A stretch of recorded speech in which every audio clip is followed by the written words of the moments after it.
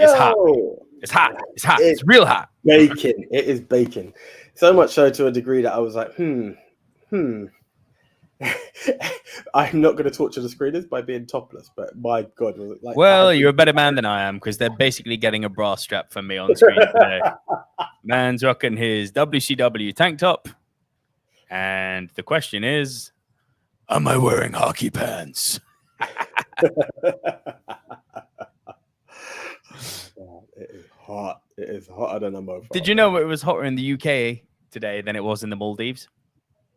Nice-ish. Not because nice. It was just muggy. It was muggy as hell. You know, it's fucking city heat, mate. There's nothing worse. I was talking to the missus and yesterday, and we were talking heat and whatnot, and I was like, "Oh, it's not going to be too bad today. It's cloudy, so it's not going to batter us as much." Was I wrong? Was I wrong or what? Bro, the fucking clarity of the air in a city like London don't matter. The pollution we've got in this city, people are like, "Oh, it's not that bad." It's like, really, wait till it gets hot, then talk. Yeah. Because the humidity on the Isle of Britain is not high. What keeps the heat in is that smog. Yeah. And in case you didn't know we were British, here, weather forecast with the silver screen dudes. Bro, give me 2 seconds. I'm just going to lock my camera off. I'm still with you, so I can hear and respond. I'm just going to adjust my lighting just a tad. Do your thing. Is the lighting too hot? It's hot. It's too hot. That's what it is. I wish. I just felt like I was too dark. Well, you can't do much about that, mate. It's the way you were born. I was going to say, insert all jokes. Insert all jokes. I'll set that one up. Don't know if it changed it. Fuck it. You're still dark. Hey, I love you, those on Pop Squad. There's a middle finger being. Bro, it is horrible in here. Everyone's been like, "Oh, I love the summer. I love this. I love that." I'm like, if you're on the beach or if you're somewhere where there's nice circulation, sure. When you're in a city, bro, it's the worst. I was talking to my mate Lewis today at work, and he's booked a holiday to go to Spain for a few weeks, and I was like, I don't blame you. And I'm like, I have Turkey envy. I really want to go back to Turkey. It's like just knocking on my door right now. Like I just need that acceptable heat, not this stuff. It's disgusting. It's actually disgusting. Not nearly as disgusting as J-Lo's new documentary, which nearly made me both laugh and vomit at the same time. I didn't know that was possible. Is this the Netflix thing that she's got? Yeah. I watched 45 minutes of it, noting that she's an executive producer on it. I was like, oh, this is going to be interesting. 45 minutes in, I was like, I literally cannot listen to this bitch anymore. Oh God. She's on this agenda, and I don't give a fuck what I'm about to say here. Let the record show, and AJ will back me on this. I am a feminist. I'm a big believer in the equality between men and women. I'm a big believer that the patriarchy keeps women down, and I'm not about to go on some woke rant here, yeah? It's just my feelings. This bitch tried to make out that the reason she's displayed as like a diva is because of the patriarchy. I was like, oh, is it? Was it the patriarchy that insisted that the NFL halftime show was longer to accommodate you? Or was that you? No, that was you, bitch. Was it the patriarchy that ordered an Arctic white fox scarf? And then because your fat ass decided to sweat your orange fucking Donald Trump-esque makeup over it and then not pay for it, having ordered it at the 11th hour for Fashion Week in 1999. I remember. No, you're right. That was the patriarchy. Bitch, shut the fuck up and go back to the block you belong on, you stupid fat cunt. I was like, this fucking bitch. And I was like, she's acting all like she's something, you know, and being like, I was this big star, but I've been kept down. It's like, your music wasn't that good. Your choreography was shite. Your movies, at best, are B. You are B for big old bitch.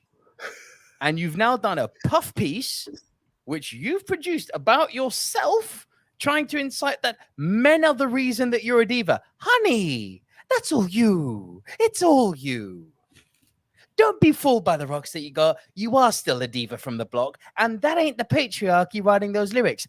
Honey bunny. Just in case people are like, why the fuck is he so angry at J-Lo? I worked with a fat bitch before. Again, listen to body shaming, bro. Fuck her and her sweat, man. Do you know how much? Listen, my mum's agency was a baby agency at the time and moved heaven and earth to get the cow her fucking like Arctic fox scarf, which in this day and age just wouldn't fly. But, you know, it was the late 90s, different time.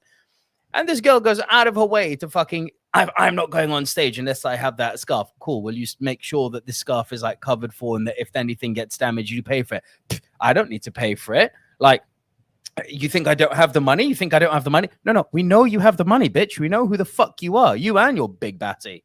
Right? It's famous for being big. Like, the fact of the matter is, you fucking made a big hubbub. And again, that wasn't the patriarchy. That was you ordering the scarf. Yeah? And then you went and sweated on the scarf with your orange makeup. And then did you pay for the Arctic Fox? That at the time we're looking at, you know, over 10K. Now, for a new fucking creative agency, that's a lot of money that you don't have. Yeah. This was like my mum's second or third gig. And J-Lo did her dirty. That's a lot of money for a lot of people. That's a lot of money for a new company. And J-Lo did her fucking dirty. So when I hear this bitch promoting her own fucking show on Netflix being like, it's the patriarchy that turned me into a diva, it wasn't me. I'm like, suck my furry beanbag. Stupid cunt. Ah, fuck her. Fuck that bitch and everything she stands for. Like, no, I am still so protective of what she put my mum through that day. Like, fuck her with the fire of 1,000 suns. And then she's trying to blame men for her fucking shortcomings as a human. Suck my dick. That's the patriarchy speaking. 2 words for you. Oh. Yeah? Yeah, literally. Have a bit of DX on you, yeah? Fucking this bitch. Now, in other interesting news, Anya and I, just before coming on, so you see how I'm angry, like, bro, here's a mad question. Whatever the fuck happened to angry, good but bad, angry white boy music?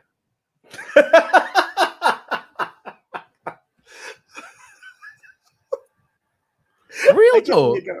Real talk. Anya played me. It was this weird. A lot of anger is not allowed to be displayed. Which is why when your boy fucking Gaslighter 101 was like, oh, yeah, you know, bro, people are angry now. People are angry now, you know. No, media.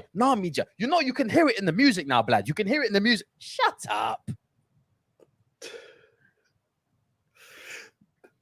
What happened to the angry white boy music? Bro, I bring this up because Anya played me. She admitted by her own admission, it was like this god-awful kind of like choir group turned rock group, but with really like slaying guitar, kind of think Dragon Slayer Through the Fire and Flames with choir, you know, really angry shit. And that just sent us down like a musical rabbit hole.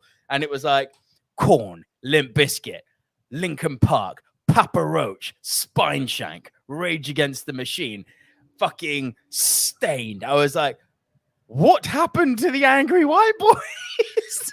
Fucking even Eminem, put him in there, like. Yes. But you're not what happened to all the angry white boy music? And I'm not being racist about it. It's just how it was kind of labeled. It is what it was. Yeah, bro. It's a change of the times. You're just not allowed to say shit, and if you say it, you know, you got the media. The fucking media. Oh, yeah, man. It's sad times. It's sad times, I believe. The Gavin man, thank you. Dragon Force, although Dragon Slayer is a better name. But yeah, Dragon Force, thank you, my friend. What the fuck happened to angry white boy music? Like, I know with the case of Linkin Park, like, you know, my boy Chester kind of, you know, went off the deep end. May he rest in peace. But shit, man, I miss things like Spineshank, things like, even like the soft, angry white boy music. You remember that band OPM? If I die before I wake. Even the skaters back then were angry, bro. Like, what the fuck happened? I miss those motherfuckers. Things like Korn, feeling like a freak on a leash. You know, where did all this shit go? I miss those days, man. Sounded like an old geriatric white boy. There's so much, though. There is so much different stuff that's out there that you're just like, Where? Again, and I'm not bringing back the J-Lo run, but it's like stuff that were allowed. And I'm not advocating cruelty to animals just for the sake of a scarf, you know, like, no. But it's the world is just different. It's just different. You sit back and listen to it. Again, it's these major beefs. Yeah, again, we appreciate the generation that we had, and everything that comes after it is just weird to accept. I feel. You listen like to the music. Old man you listen to the music that kind of came after all the angry white boys, yeah? The rock music. It was good, but it wasn't great. I mean, shit, even Bowling for Soup, that was punk rock gone angry. Puddle of Mud, Green Day. There was so much like anger in that white boy rock. It made me laugh. Like, it was mostly terrible, but I fucking loved it. Like Chocolate Starfish and the Hot Dog Flavored Water is a fucking great, terrible album. It just is. It just is. I mean, there's cracks. I can't advocate to be like yeah. Nah, man, come on. Even the angry rappers were on board with Chocolate Starfish and the Hot Dog Flavored Water. I know we were an angry era. It was it was like two spectrums. It was. Do you know what was really weird in those days? Because you had the rappers, you had the rockers. Everyone was angry, and then you became angry with the opposition because it was my anger is better than your angry. Then rock and literally. Then rock and rap do collaborations, and you're like, you know what? That's pretty cool. And it's like, okay, so now we can be joint angry. Do you know what I mean? And Linkin Park and Jay-Z, Collision Course, one of the greatest albums ever. I won't hear otherwise. DMX and fucking Redman and Method Man. You know what That's I mean? it with Limp Bizkit, right? Yeah, Check my dangerous name, Atrocious. Whoa, it's so good. So good. What the fuck happened? You know, yeah, we got groups like Kings of Leon and The Killers and Kasabian and like who was the other band? Like the Kaiser Chiefs. Yeah, I like them all, but I don't love them. Every day I love you less and less. Yeah, move along. Let me listen to. Do you know what? I think I remember someone saying that to me. Like, we were going through the big rap era, and I'm still playing these albums, and I'm finding my angry zone. And all right, I might have deviated slightly into like more the Ja Rule R&B where it started to mellow down. It was like, yeah, he's fun, but he's not. You know, it was stuff like that. And then I'm hearing other stuff like the rock guys are coming in, like, listen to it, and it's that kind of stuff. I was like, interesting. All right, move on. And that's when the divide kind of just grew. Like, you do you, bro. It's not a beef, but it's there. Yeah. Lot. Got a few people in the house tonight with us. Who's joined us so far? Will Johnson is here. Billy Mount is here. Yo, Billy, back at you. Ali Kams is back. Haven't seen you for a while, Ali. Great to see you, bro. It's hot here too. I hate the summer. It's hot, too hot. Gavin Mann is here. Good evening, all. Sad time to have been a fictional gangster. Indeed. Yes, that is what I was James meant Caan. to. Yes, James Caan is what I meant to have kicked it off with today. Another angry white boy. Yeah, my angry white boy, man. Yeah. Sonny, good old Sonny. He was an angry boy, wasn't he? Oof. He was. But oh man, when I heard it again, good old John. John's always getting a shout out on this. It was just so unexpected. I was like, "What? You know what it was?" It's like James Caan. I was like, "What? What about James Caan?" Yeah, James Caan. I was like, "No, 82 though." No. It was again. Listen, good run, but you know, it's weird. You know, sometimes you just appreciate actors, and then you again like. Not too long ago, started on the Godfather journey and really appreciating what he was and some of the stuff he's affiliated with. And you're like, again, like I didn't associate him with Daddy and Elf. Like, fuck that. Do you know what I mean? Like, aside from that, there was some good shit that came out, and I was just like, bro, even Mickey Blue Eyes, it's fucking great. Yeah, exactly. Get the hell out of here. Get the hell out of here. Here. I forget about it. I think that movie's underrated. I like Mickey Blue Eyes. That was good fun. Hugh Grant does gangster. Yes, please. Just a little squap, but no problem. Me got it under control. Yes, posh British guy does gangster. Love it. Me got it under control. Come here. It's me, Mickey Blue. Oh, Gavin Mann's like, at least you still have love for Anaconda. Now, you see what I mean? B at best. B movie. And do I like it? Yes, I do. I do like Anaconda. Will it feature next week? We shall see. Most likely. It's possible. It is possible. And I don't mean for worst. I really like Anaconda. Francis Lalonde is here. Hello, Francis. Late nominee for real film injuries. Maybe not an injury, but Mila Jovovich during filming of Resident Evil. Filmmakers literally had to edit out real bruises on her from scene falls. I actually didn't know that. No, neither did I. The more you know. Didn't come up in many of the lists I looked at.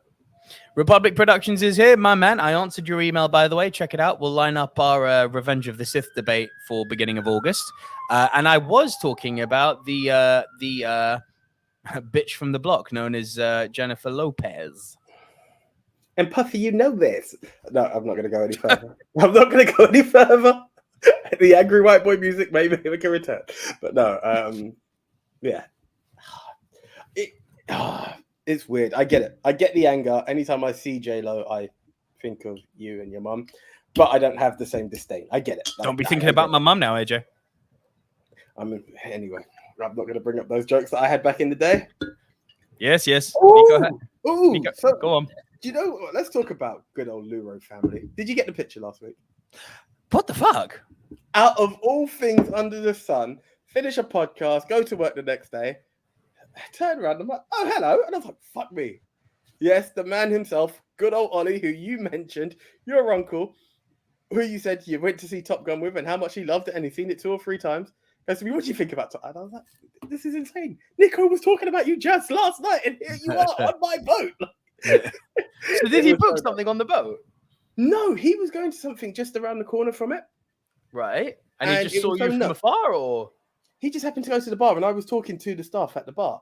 And it was just literally like 2 ends of the bar. And we're like, Ollie, AJ, what the fuck?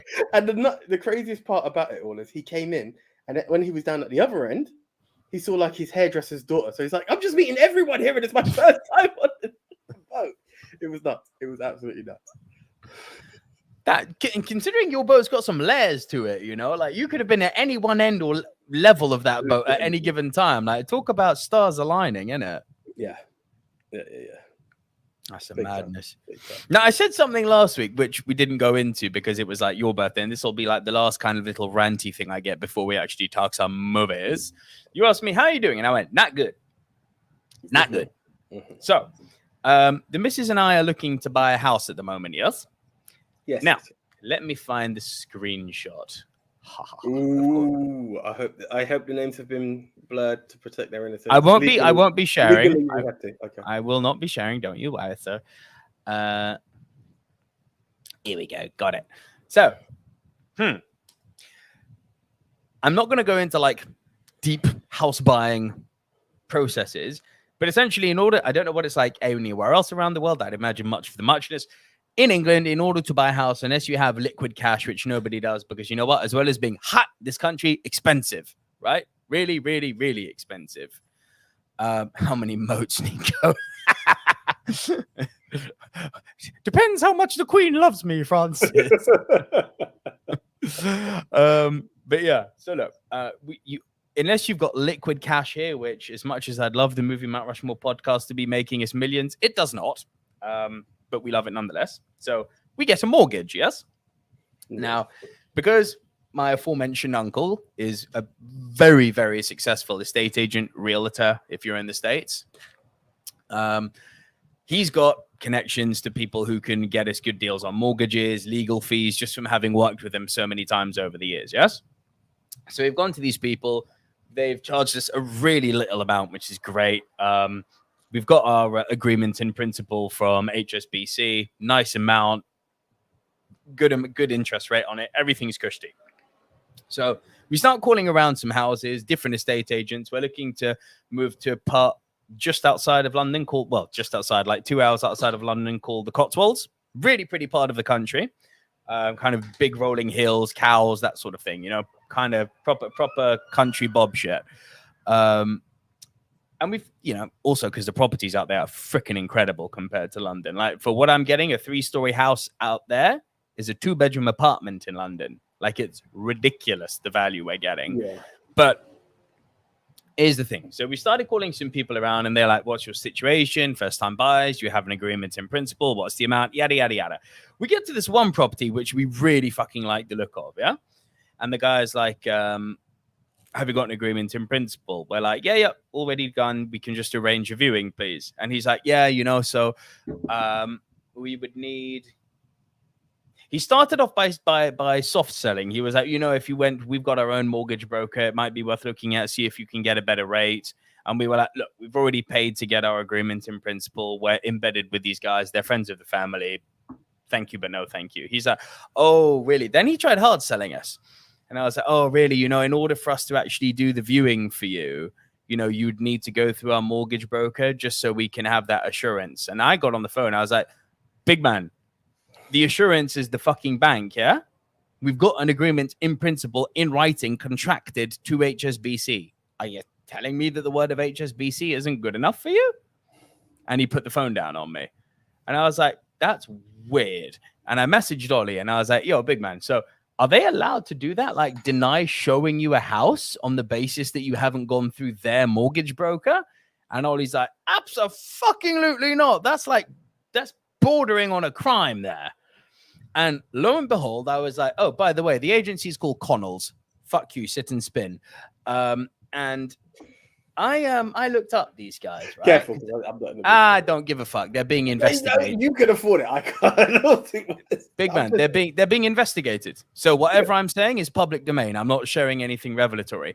The reason I found this out is because, one, I don't like people hanging up the phone on me, especially when I'm in the right. Two, I thought it was fishy, and my uncle confirmed this. So I've gone online, found something literally on thenegotiator.co.uk, bbc.co.uk. Connells launches internal probe over conditional selling allegations. So this is widespread now. These fuckers are doing that, right? So I've gone on, opened a can of whoop ass and messaged them directly. Also put this on Twitter, of course, for fun. And I've added Connells. Thought you should know that his name is Andrew, by the way. You can sit on that too, Andrew. Thought you should know that Andrew in your Swindon branch. Yep, so you know who he is now. There's a double for you. Sit and spin. Andrew in your Swindon branch just required us to use your mortgage service in order to view a property, despite already having an agreement in principle. And then I shared the link to the BBC. Not a great look when you're being investigated. The cop-out, the bullshit cop-out that they gave me. It's like, no, you know, we only offer this as part of an ongoing service. It's not obligatory. I was like, take some ownership over the fact that one of your staff has just committed a crime here. Yeah, please. Yeah. Nah, cop-out extreme. So what we did is we went to the house and, I had such fun with this. We went to the house about 15 minutes before we were meant to meet the guy. Anya was like, no, don't do this. I'm like, no, I'm going to do this on principle. And we sort of got there and we look around the house and the guy was like, the owner of the house was there. He showed us around. He's like, normally we do this with an estate agent. I'm like, that's really weird. He said to meet him at this time. I guess he's not here and we're kind of in a rush. Can we see the house? And lo and behold, we look around the house and just as we're leaving, it's a perfectly nice house, but we're probably not going to put an offer in for it. Just as we're leaving, fuckhead shows up and he's like, oh, pleased to meet you. And I was like, and as he extended his hand, I'd printed out the investigation and I handed it and went, pleased to meet you too. By the way, thank you for being on time. House isn't for us. Have a good day. And then I got in the car and I forwarded him the email that his HQ had sent me. And I've been like, just so you know, I've mentioned this on Twitter. Lovely meeting you. Fuck him. I'm a believer that you shouldn't fuck with people looking for a home for their family. Listen, let's get one thing straight. I find it absolutely criminally insane. It's the worst form of crime to swindle someone out of their money. Obviously, there are bigger crimes out there. But what I'm saying is I find it absolutely heartbreaking that people are trying to just do honest and try to further themselves, and you got these conniving cunts who just come along and just really fuck you over, you know.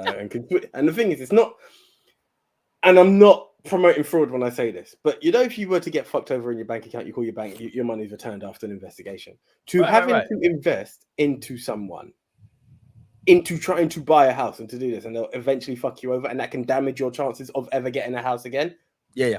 Go fuck yourselves. However, I do agree with this statement from Gavin of AJ slowly sliding down his chair and Nico names everyone. I do have my panics because I fear lawsuits, man. You know, it's just those days when the dudes do hit that big place, and it's like, yes, yeah. People are gonna have a fucking treasure trove of content to go through and get us cancelled. Here we go. The penis got me.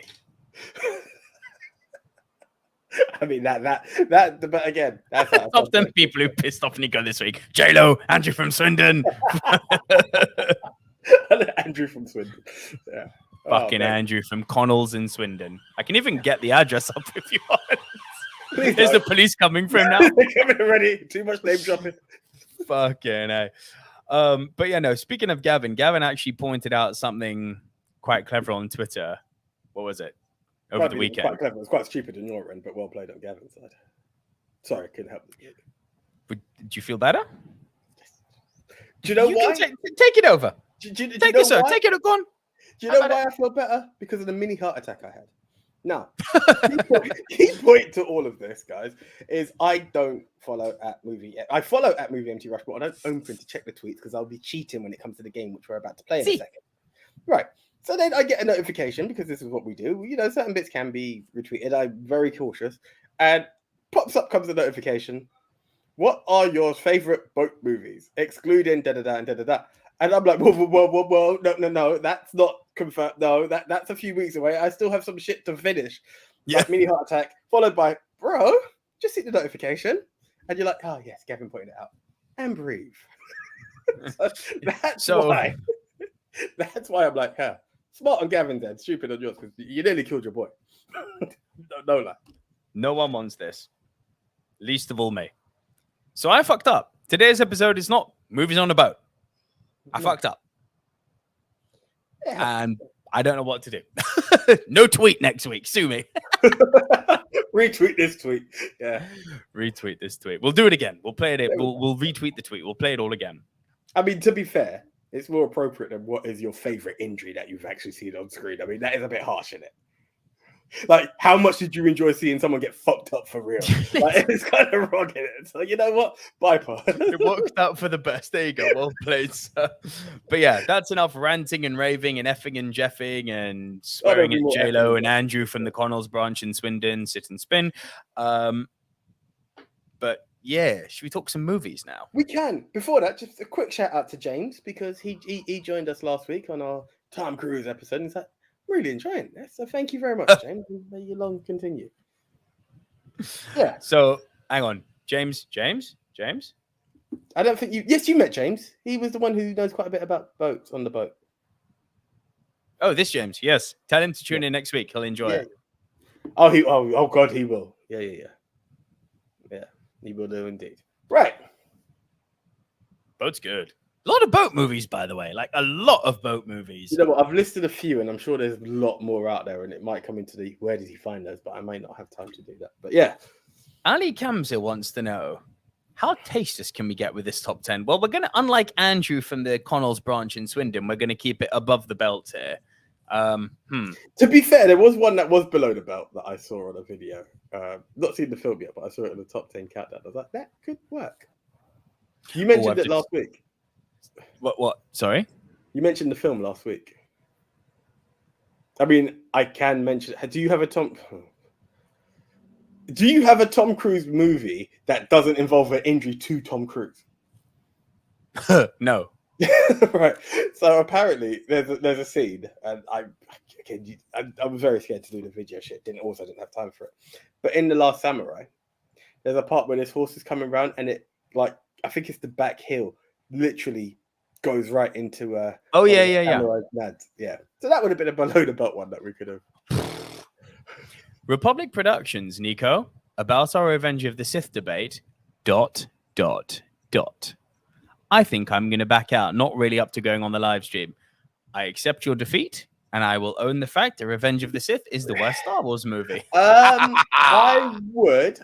I'm going to give Republic Productions a chance to say, is that a to be confirmed later on, or is that a complete back? No, don't want to be on the live stream. I get that, but I also appreciate that, you know, it wasn't the best of times recently, so maybe that could be partially linked to it. So, yeah. Oh, Ali. Sorry, we're back to this. Not what I meant. 2 words. The Crow. We're not doing The Crow. No. No. In a way, I could. But here we go. There were 2 sides to why this didn't turn up. One of them being, yeah. How can I say it?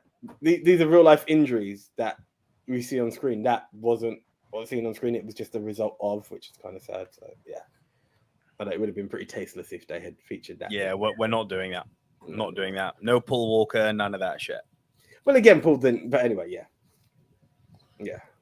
Gavin Mann says, I watched Man of Honor thinking it was a film on a boat. Sorry, AJ. Didn't like it that much.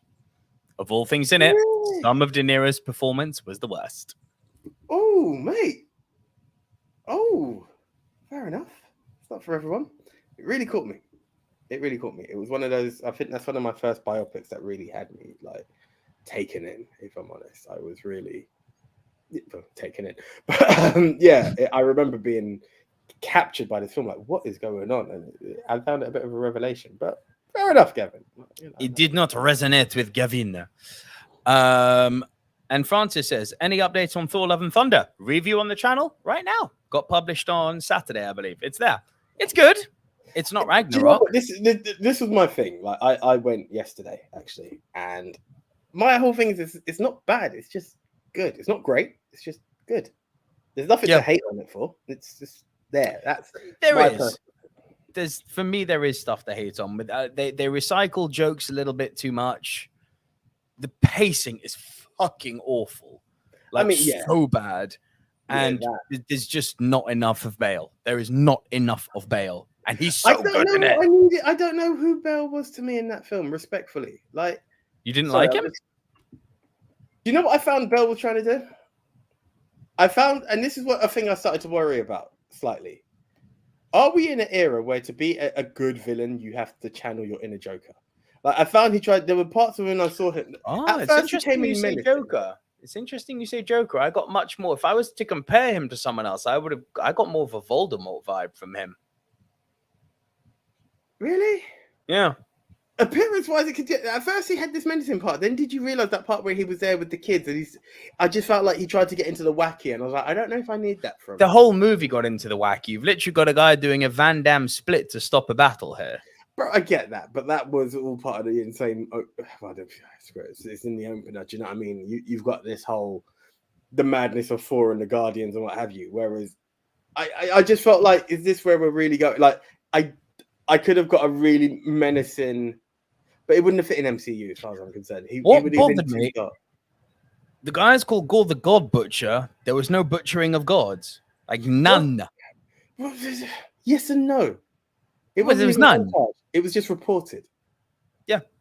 And again, I don't want to talk too much. I don't want to get into spoiler, but it was like, okay, he's on a rampage. Okay, we must do this. Okay. Didn't show me anything. Yeah. Didn't show me anything. But yeah, let's actually 33 minutes in. Fuck, let's get into it. Let's do this. So, for all of you joining us live, our Live Squad family, thank you as always for joining us live. We are live every single Tuesday, 8:30 p.m. UK time. That is British Standard Time for all of you working abroad. Hopefully you can find the time in your schedules to come and join us sometimes on a Tuesday, such as Ali, such as Francis, such as everyone who's not UK based. We thank you all for giving us your time on a Tuesday evening. Pod Squad, VOD Squad, if you want to watch us afterwards, well, we're there. We're on YouTube at Silver Screen Dudes, and we're on all podcast platforms, basically. All of them. How does the show actually work?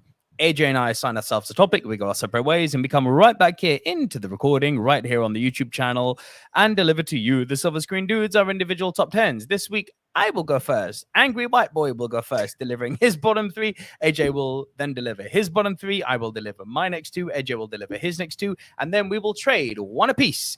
If at any time while we are rounding off our individual top 10 lists, one person has a movie, or in this case, an injury, spoiler alert, in a higher position, that person will say, punt. And we will punt and talk about that thing when we get to the higher position. That moment. Yeah. That moment. And the topic of this week's show. No, I went too early.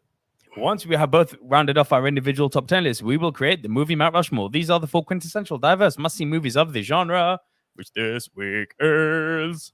Top 10 accident injuries you see in film. Wow, Francis, I'm with Angry Wanker. We are... I prefer Angry Cornholio. Dragon Ball like fusion at this point. Yo, swear down, if we ever fucking do a YouTube channel trailer for this movie Mount Rushmore, that's something we have to do. And as we go, the logo pops in. The penis got them. That's actually fucking good. I like that. I like that a lot. All right, cool. And guys, just before we get into it, we do come to you every single Tuesday, and we do always bring you free content. And you guys have been showing your support. We do have a target to reach with some funds we're trying to raise. And it's not pocketing money. It's literally just to make the streams better for you guys, to make them a bit more interesting and invest in some, more professional software. If you like us and you want to support us and help us reach our goals, no expectations. It's optional, but you can head on over to buymeacoffee.com/movie dudes. The link to that is in the description below.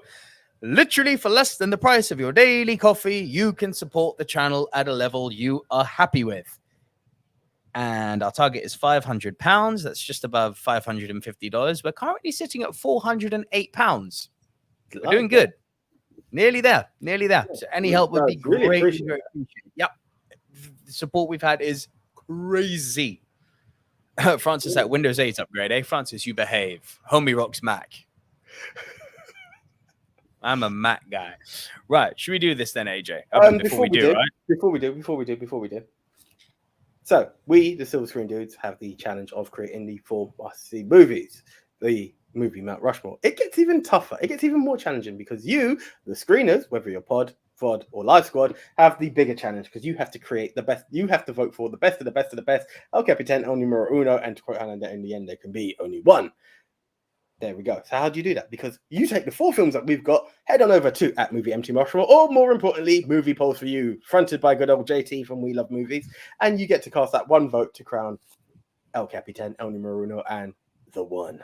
So last week our topic was, in honor of AJ's birthday, who shares a birthday with this crazy man, we did the top Tom Cruise movies. And our contenders were? Our 4 finalists were Edge of Tomorrow, Interview with a Vampire, the first Mission Impossible movie, and Collateral.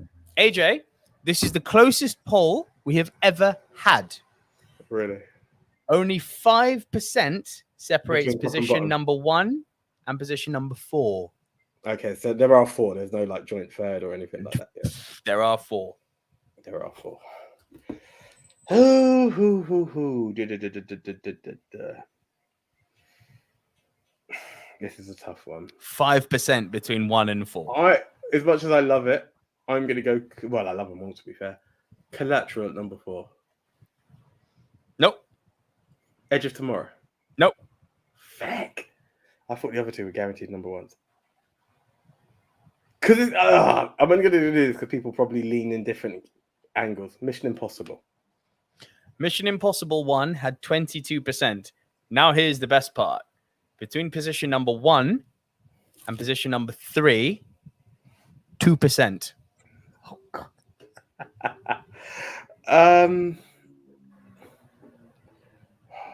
2% between 3 entries. I don't know why I'm hating on Collateral at my number 2. Screw it. I'm going to go left field. Interview with a Vampire. Nope. Fuck it. Collateral.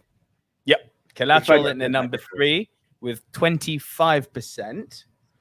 1% separates 1 and 2. I have a feeling Edge of Tomorrow is 1, so I'm going to go Interview with a Vampire. Nope, you fucked up the whole way. clean fuck up this week. Edge of Tomorrow came in at number 2 with 26%. Interview with a Vampire, I wouldn't even say stole it, sneaked it with 27%. Jeez. Best Rushmore we've ever done based on those numbers. That is Tom Cruise. That is the one, mate. That is the Tom Cruise movie. Interesting. As Mando says, this is the way. That is nuts. Wow. Okay. Ali Kamsa, you are correct. Interview with a Vampire is the best Tom Cruise movie. Period. Literally is now. As voted for by the screeners. It sits up there with Keanu Reeves as the best action hero of all time. Yep. That's it. Right. Okay, Tess. You're number 10. Let's fucking do this, man. In at number 10. So my bottom 3, here's a fun fact. My bottom 3 are all mirror-related injuries. So I tried to limit that. I did try to look. It wasn't intentional. It was just like, oh, well, it's okay. I guess we're here. My number 10, I'm going with Jake Gyllenhaal in Nightcrawler. Punt. Way right off the bat. My number 9, I'm going with Martin Sheen in Apocalypse Now. So I kind of held back on the mirrors, and it was Jake's one that caught me. So this was a contender, as well as I think I probably know what your number 8 is, if to be fair. It's possible. Yeah. It's possible. Look, what was fascinating about this is that, it's very common. Pedro say? Hey, Pedro Santos is here. Opa. Pedro, fucking great to see you. Pedro's smart, he knows like to work the movie Mount Rushmore, just like we work the cinemas. It's like we know that they say the movie starts at 8 o'clock. Yeah, show up at 8:30. Pedro's like, let me give these motherfuckers about 40 minutes, and then the movie shit will actually start. Let them chat their shit, then get onto the movies. Yeah, trailer's over. Exactly. But you know what, Pedro? There was still one trailer. You can still buy us a coffee. No, sorry, I just had to my man. But yeah, look, we all know the stories of Apocalypse Now, don't we? It's like everyone was off their tits, be it on depression or fucking steroids or opioids or alcohol, or like there was all sorts of shit going on this set. The nightmare that was Into the Heart of Darkness that was Apocalypse Now. Yeah. And Martin Sheen was the one who insisted that this scene stay in the movie. We're talking about that beginning scene, which is said in, as he says in a brilliantly brooding voice, Saigon, right? In South Vietnam. Ho Chi Minh City, as it's known today. And it's just him going into absolute hysteria and having this kind of quasi cabin fever while being locked alone, waiting for this impending doom. And the heat and the alcohol gets him, and he goes full on beast mode on his room. And the actor, Martin Sheen, actually punches the fucking mirror, hand bleeds, and it stayed in the movie on Martin Sheen's insistence. Yeah. I didn't know Martin insisted on it, but I didn't. He insisted on it. He said, leave it in. It looks great. Cool. Don't blame him. It looks fucking great. Right. Now, in at number 8 for me, The Last Mirror, Channing Tatum in Foxcatcher. I've been made aware of this, and still yet to see the film. So I swear we saw this together. No.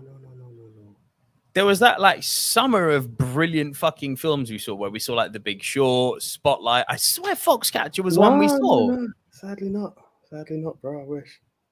Okay. Listen, don't get me wrong. I've seen the scene, but yeah. Foxcatcher is left me feeling a bit cold, despite how fucking good the performances are. The story was a bit. Actually, that's not fair, because the story in itself is interesting. The delivery of the story was a bit webs. But listen, I didn't know Channing Tatum had this gear. Like Magic Mike, I'm like, yeah, I know you can do that shit, motherfucker. My man was a stripper before. Of course you can do this shit. We're not pushing the barrel far here, are we? His dance stuff and he's got great comedy chops, Channing. Like great comedy chops. He's good. But this level of drama, I didn't think he had in his wheelhouse. And yeah, he brought it, man. Like this shot I just showed. Apologies if you're not on the live squad or VOD squad, but this shot I just showed, there was no trickery. Like he was meant to just be like kind of leaning back, and he thought in the spur of the moment, like, you know what? Let me headbutt the wall. Nah, you know what? Let me headbutt the mirror. And what's funny in the movie, you can see he does it twice. Like the first time, this is hindsight is a wonderful thing. This essentially because they kept this in the movie, and it was like, that wasn't in the script. He kind of headbutted the mirror once. And if you know the story, you're like, yeah, I can see it now. When he headbutts the mirror the first time, you can see he's like, shit, I got to go through with it now. Boom. Like actually goes in to break it, because it would look pretty fucking dumb if they stayed in the movie with that. I headbutted a mirror and it was fine. Yeah. It was like, let me deliver. Apparently he was concussed after that. Like he doesn't remember finishing that scene. So it's big. Yep. It's a big one. Word 789, by the way, great to have you back. I like to refer to Apocalypse Now as a horror thriller set in Vietnam. It absolutely is. Yeah. I've said repeatedly, Apocalypse Now is a movie set in the Vietnam War. It is not a war movie. No. It is just not a war movie. I can agree with that. I can agree with that quite a bit, actually. It's so much more than war. It's so much more. It's got so much depth and personal challenges along the way that it doesn't tick the box of war movie. No, it's got its own challenges as a film. Well, that was my bottom 3, mate. Nice and quick. Over to you. Okay, cool. So number 10 is a bit of a cheat. There are other films actually I could have gone for, but the other one was just such a light-hearted humor. I didn't actually go for it. I'm going with Daniel Day-Lewis in My Left Foot, because although it's not a direct see of an injury, it's the whole performance that left the man with 2 fucking broken ribs. Now, it's because we don't directly see a physical injury like a headbutt or a smashing of a glass. I can't be like, so it's at this point this happened. Yeah. But if you look at the end result to it, dude got fucked up. He was so in character, he broke 2 ribs. Let's not diminish that. So it's through that performance of what you're seeing, every motion and movement he's doing throughout that film is what led to the injury. Hence why it's there. It's not a you can see, so hence why it's number 10. And here's the madness. Not only did he get those 2 broken ribs, he then refused treatment on the 2 broken ribs. He stayed with 2 broken ribs until the film wrapped. Yeah. Because that keeps me in character more. Because I'm Daniel Day-Lewis. Because I'm the greatest fucking actor who's ever walked the face of the earth. Yeah, absolutely insane. So every time I thought of this, and I was like, to be honest, it was one of those things where I was like, it's either number 1 or it's number 10, just based on how it is. Because it's like, what the hell are you doing? But we digress, so that's why I kept it at number 10. I'm like, you don't see the physical injury, as opposed to it is a cheat. I'll allow it. Because what is the title of the podcast? Injuries you see in the film.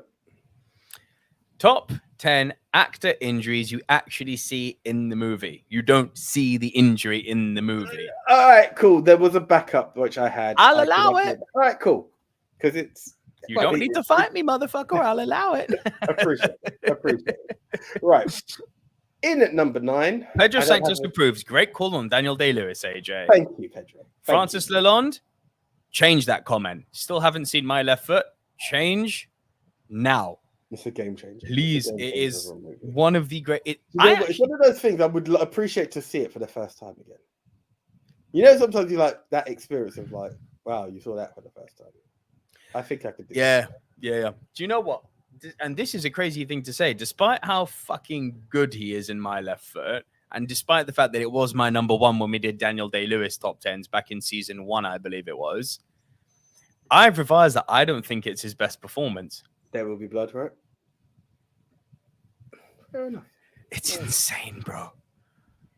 It's so much less obvious than My Left Foot because the role required him to be evil. Yeah, I get that. Evil without being obviously evil. Evil to the fucking core. You know, we're not talking outward zany evil like a Vader or a Joker or Hans Gruber. Internal evil, which is so hard to fucking display. Yeah, and he somehow did it. I think The Will Be Blood is the best acting I've ever seen. It's a great film. It's so good. Ali Gamza says, well, Nico, Jeremy Irons is the best actor to ever live, but Daniel Day-Lewis is a close second. I disagree, but we can be friends. AJ? Right. My number 9. Another one of your favorite films and characters and actors. Carrie Elwes in The Princess Bride. Honorable mention. Right. So I tried to get a picture of it. There's that part where he's being captured and they take a sword and knock him out with a blow to the head. He was actually knocked out. Like, dude, woke up in a hospital bed. I was like, no, that needs a mention. Like, it's one of those mad films. Like, again, like family-friendly film.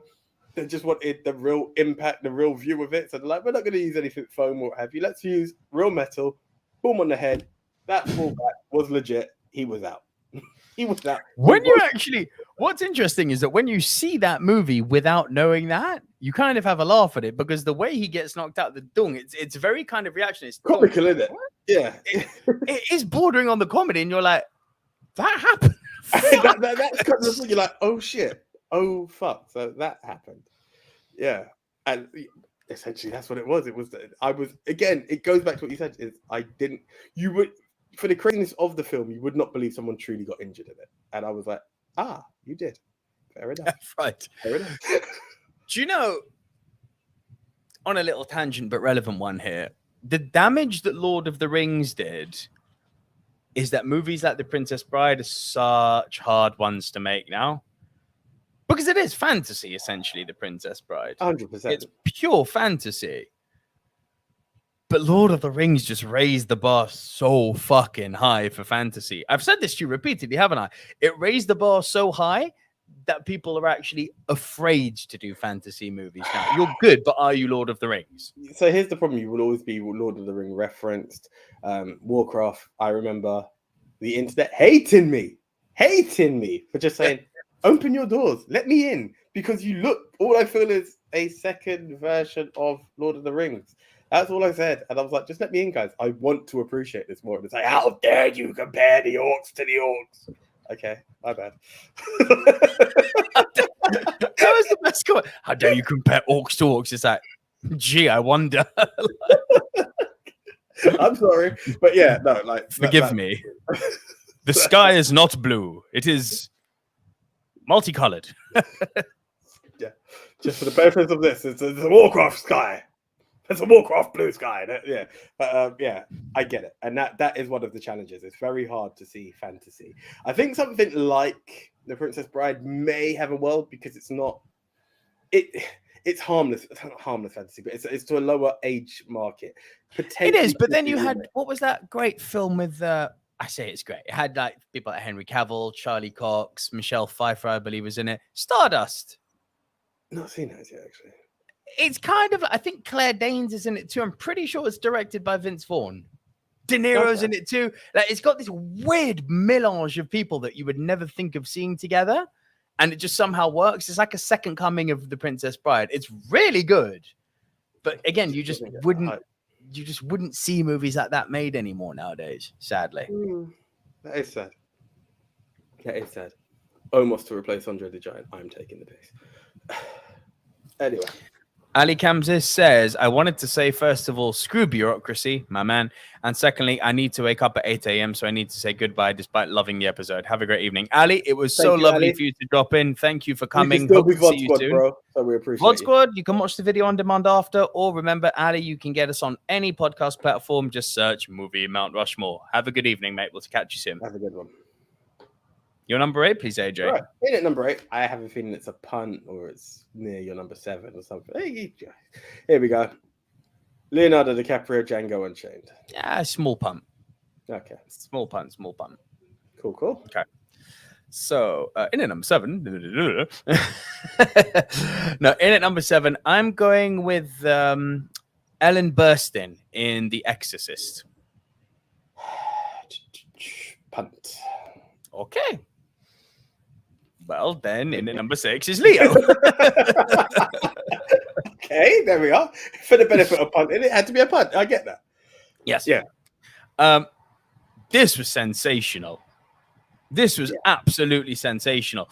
For a guy who's like as kind of earthfathery as DiCaprio is, for him to go this level of evil was fucking nuts, man. Yeah. Like, I didn't know that an actor I loved so much, I could see him and hate him so much. Oh, Samuel L. Jackson done that for me in this one.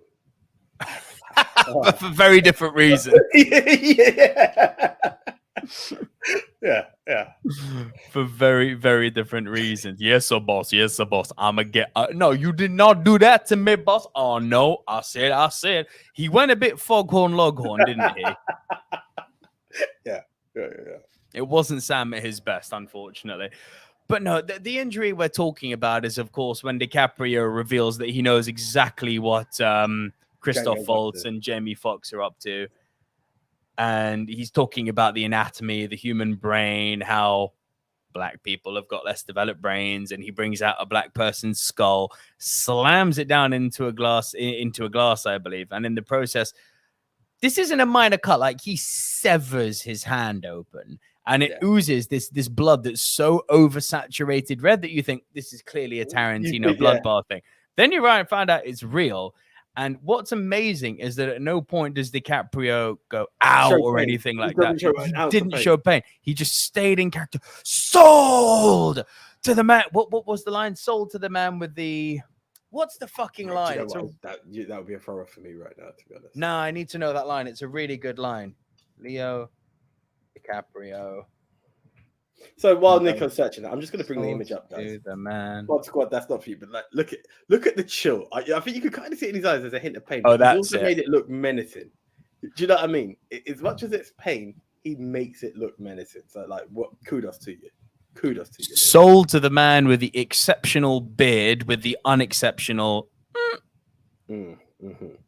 Such a good line.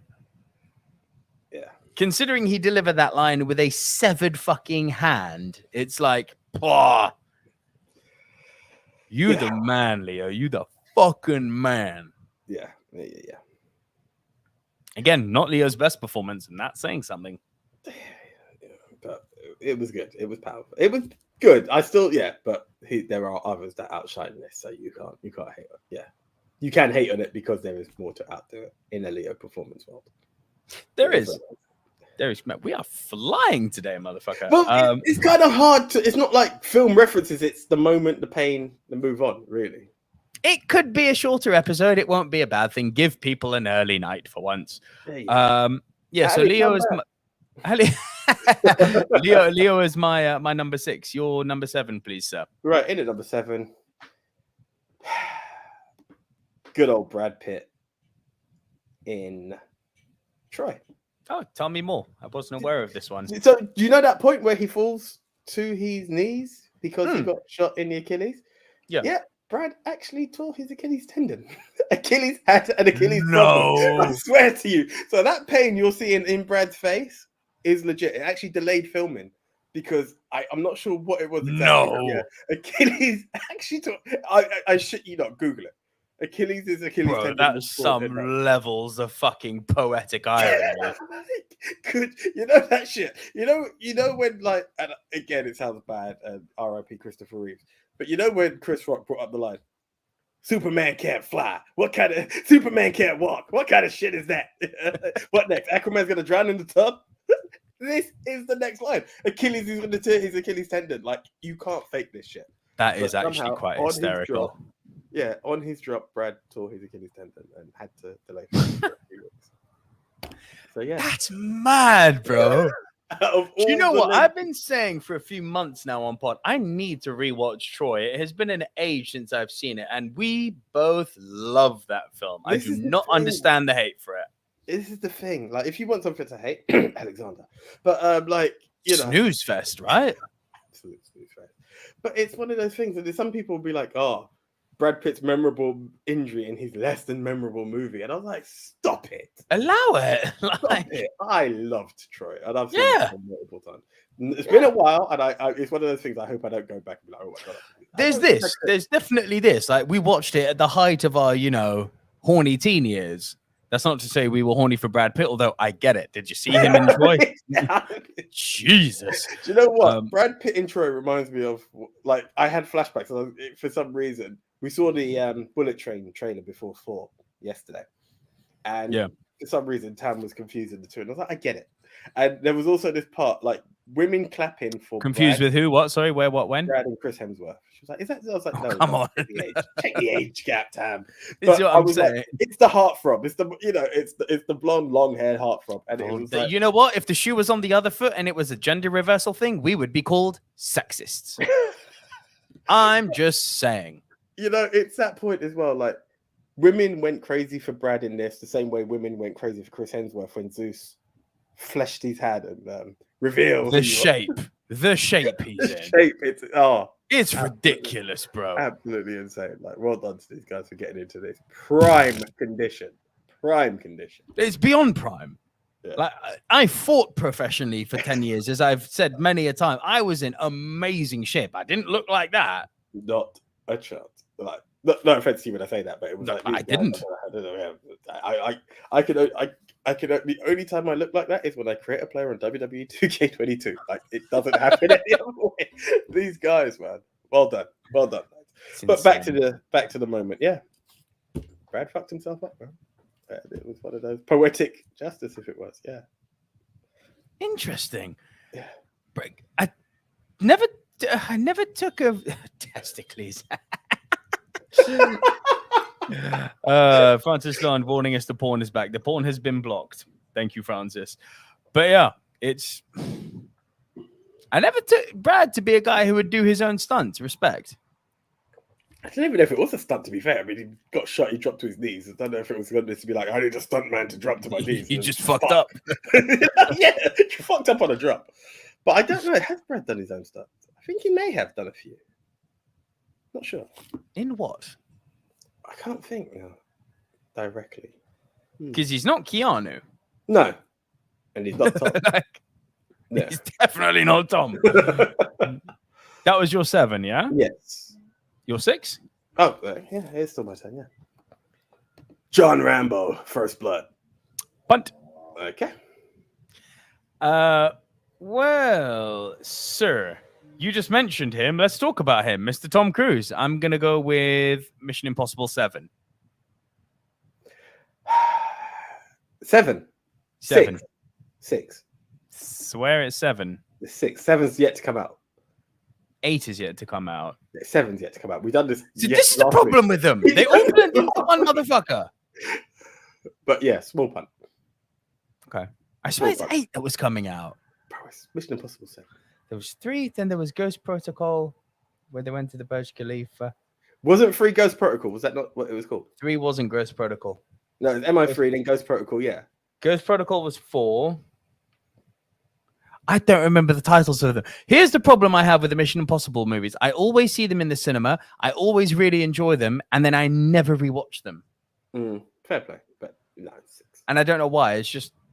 Is anyone else going to comment on this? Okay. Just wondering, but okay. Right. So, in at number 5 for me is the punt from earlier, Nightcrawler. Now, that high. So, do you know what it is? You like Gyllenhaal. The film was that, and at first probably would have been lower 3 until I saw his interview with Ellen, and I saw his hand. Yeah.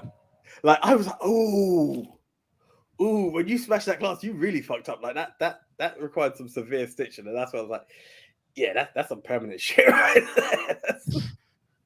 Gyllenhaal had them shark eyes in this movie, bro. Jesus Christ. I mean, if we're going to talk about the film, a guy it's great. It's fucking great. Create a business following like accidents on the highway and being the first to report it, and then how do you become the first to report an accident? You create the accidents. Oh my god, does he go dark and disturbing in this film? So much.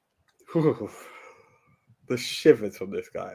He brings the uncomfortable. He brings the uncomfortable in this film.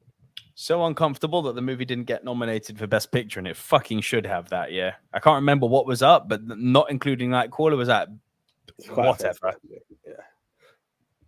Yeah. This and Wolf of Wall Street. It's like, oh come on, behave.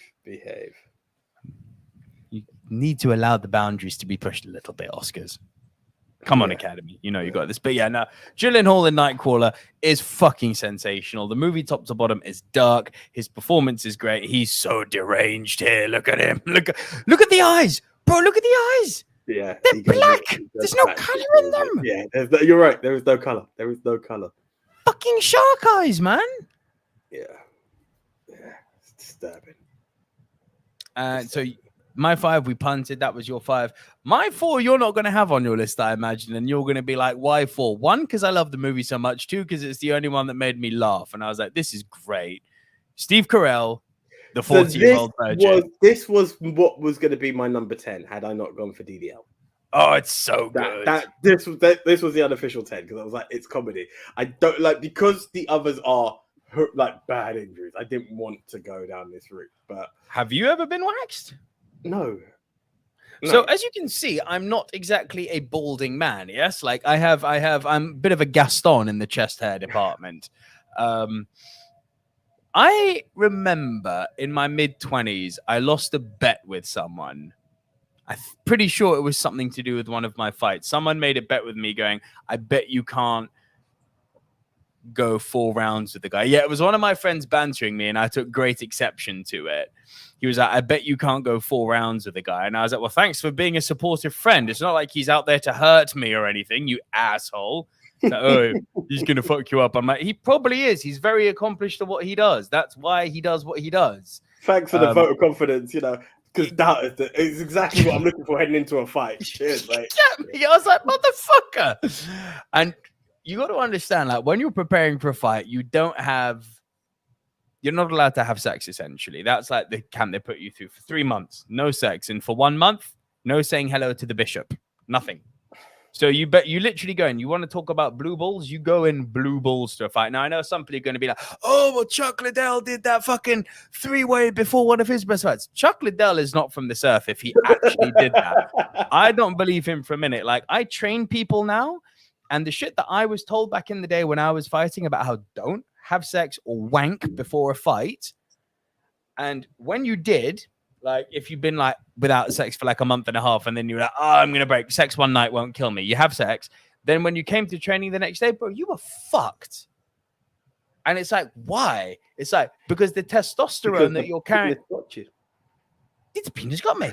Literally, the penis got me. The penis got myself. But yeah, it's a crazy thing to see. Like, when someone is training you to put your body that in tune, it's literally like, tightening the screws, and it's like what the F1 pit crews do. You are literally fine tuning an engine. Like, I'm not suggesting I'm an F1 car, but that's what they were training me and sculpting me towards being, right? Yeah. So the training programs they were putting me through, like the slightest deviation would send you off a cliff. And, I was like a month and a half in. I was like, I need to fuck. Like, I was like Robert De Niro in Dirty Grandpa. I need to fuck. Like, I'm dying here. And that film again, that's so funny. Fuck the people who don't like it. And if it's one of you guys, love you, but still. But yeah, so I did it for one night, came to training the next day, bro. I was wrecked. So I don't even remember why I said this story, but anyway, it's a fun story. And no, I do remember why. So you have to understand this better. This guy who was saying to me, like, yeah, you're not going to make it through fucking 4 rounds with a guy. Blue balls and all. I'm at the height of my anger here, yeah, because I haven't fucked and I'm carrying around a lot of pent up energy, which is being saved for the fight, which, you take all that energy. It sounds crazy, but you are literally taking 3 months of repressed anger and taking it out on someone. That's the simple form of explaining it. And of course, I'm like a few weeks away from the fight here. So I'm like anger mode, 3000, And you know what, motherfucker? I'll knock him out in the second. What if I do? And this guy was a Sasquatch, bro. Like, I'm hairy. This guy was a beast. He was a beast of a man. Like, fucking hair on the shoulders, He's one of those guys where I feel like I don't know this for a fact, but I feel like when he went to take a shit, he probably had to use a comb to separate his ass hair. You know what? That fucking hairy. Like, one of those guys where he's just like, bro, you need to go to the fucking, like, you need to go and see someone about that. Like, this isn't healthy at this point. Like, I can see a fucking dandruff in your back, cat. Like, that's not cool, bro. You need to sort this shit out. Like, he was a beast of a man. So we made a bet, and I was like, so what do I get if I win? And he leveled this, and I was like, I'll do it, motherfucker. He was like, if you knock him out in the second, I'll get my shoulders and back and front shaved. I was like, great. And he was like, but what if I win? I was like, well, I'll do the same. He was like, fuck you. You don't have a hairy back and shoulders. I'm like, damn it. I was like, I do have a hairy front. He was like, yeah, all the front. I was like, motherfucker, what? I was like, no deal. Like, I'll go down to belly button level, and then you can go on my ass if you want. He's like, bro, you don't have an hairy ass. If you don't have a hairy back, you don't have a hairy ass. I was like, damn it. So we avoided the groin, but we went down the leg. So unfortunately, I did not knock the guy out in the second round. Oh, dear. But now here's the thing. I did go the distance with him. So I did go 4 rounds with him. In this case, it was 5 rounds we went, right? So I was like, so what do we do here? Well, he's like, well, for sure as shit, I'm not getting fucking shaved because you didn't knock him out in the second. I was like, that's fair. And I was like, but I went for the distance with him. And he went, Why don't we both go get our fronts waxed? I was like, you're on. It's going to hurt you more than it hurts me, motherfucker. You a hairy fuck. Then I find out we literally went, we did it like this comedy sketch thing where we literally went to do it like next to each other, you know, shirts off, fucking wax goes on. Bro, the pain Steve Carell is feeling in the 40-year-old virgin, that's not acting. That, bro, I'm not saying it. I know it's all legit pain. The pain. And like when Seth Rogen says, oh, no, not the nipple. Bro, the nipple. The fucking nipple. What I heard about it with that scene is none of them are acting. It's all legit because he's going for it. So that's legit sympathy. It's legit laughter that they. So this motherfucker, like, I'm not gonna. He's called Darren. Sorry, Darren. But this motherfucker, he was hairier than Steve Carell, like, and bro, to his credit, he took it like a fucking champion, like no screaming or anything. I was like, the pain, like I had the whole fucking, it was in like one of those, you know, Thai beauty spa places. And like, I had this big gay fat Thai boy doing it for me I think he was called Momo. And he was giggling his ass off. He was like, Nico, you want me to do your ball? I was like, absolutely not, Momo. You ain't going near my junk, my friend. He's like, I'd be gentle. I'm like, you weren't gentle on my nipple. You ain't getting the gooch. Forget it. It's not happening. It's not happening. Based on how my nipples have been treated, you're not going near my downstairs, mate. It's not happening. But yeah, the pain Steve Carell is feeling in the scene, the reason it's so high for me is because I've lived that. Perfect, and I know what he went through. And people are like, oh, it's not a big injury. Fuck you. Fuck you. As I say, the other ones, yeah, this is comedic. None of the others are short of Princess Bride, where again we laughed at it, not knowing that a man truly got knocked out. That's purely the only reason why I hesitated on it. So yeah, it's a worthy fit, bro. It was awful. The pain. Liverpool Music has joined us. Hello, Liverpool Music, and asking, where is Liverpool Music? I've just lost you for some reason. I have lost you. Oh, here we go. Is the crow in this category? No. No. We're not too deep. Fatality. It's too deep. And again, going back onto the title, it's thank you, Francis. Literally angry wanker. Yeah, going back onto the title, Liverpool Music, it's injuries that you see in the film. Yes, Brandon passed in the film, but it's not. I don't think they showed the scene, to my knowledge. But it just felt a bit too distasteful on my end as well. It did cross my mind. I was like, I really don't want to go there. For sure, it crossed my mind too, but I was like, it's not happening. That's not an injury. That's a death. Yeah. Gavin Mann says, Robin Williams tells a story about getting waxed as well. He was so hairy, the two ladies waxing him turned around and said, can we take a break? I think I've heard of this, actually. It's not quick, you know. Like, that's the thing. Like, I'm not a hairy cat, but I've got some hair, and it's not fast. Like, you think they're going to put a big old strip, bro? They take like that much off for the time. Like, it's not quick. I've heard it's not for the week, and this is something we have to appreciate that women do on the regular. Yeah, and then they're like, oh, you know, your pussies, we get waxed down there all the time. I'm like, you also give birth. Your pain threshold is higher. It's like for any man, it's like, don't be a pussy. I'm like, let's break that down. Don't be a pussy. Do you realize that a vagina can literally give birth to a human and continue to function? You only have to sit on a penis strong and we're like, that's the time outside for any pod listeners there. Yeah, don't be a pussy, man. Don't be a penis. The penis got you. Indeed. Yeah, so there you go. I added some time to the clock. 40-year-old virgin is my number 4. Your number 4, cool. Please. Right, my number 4 was the previous punt. Tom Cruise, Mission Impossible 6. Bro, it's gnarly. Mission Impossible Fallout. Like, look at the foot. It is gnarly. That you know, Tom in London running, goes for a jump across the building, and his foot just doesn't land right. Too much weight, I'm guessing, and it just caves in. Oof, is it painful? Oof, is that a painful one? Like, how do we do that? It's terrible. Yeah. It is actually terrible. By the way, It was Mission Impossible 7. No, god damn it.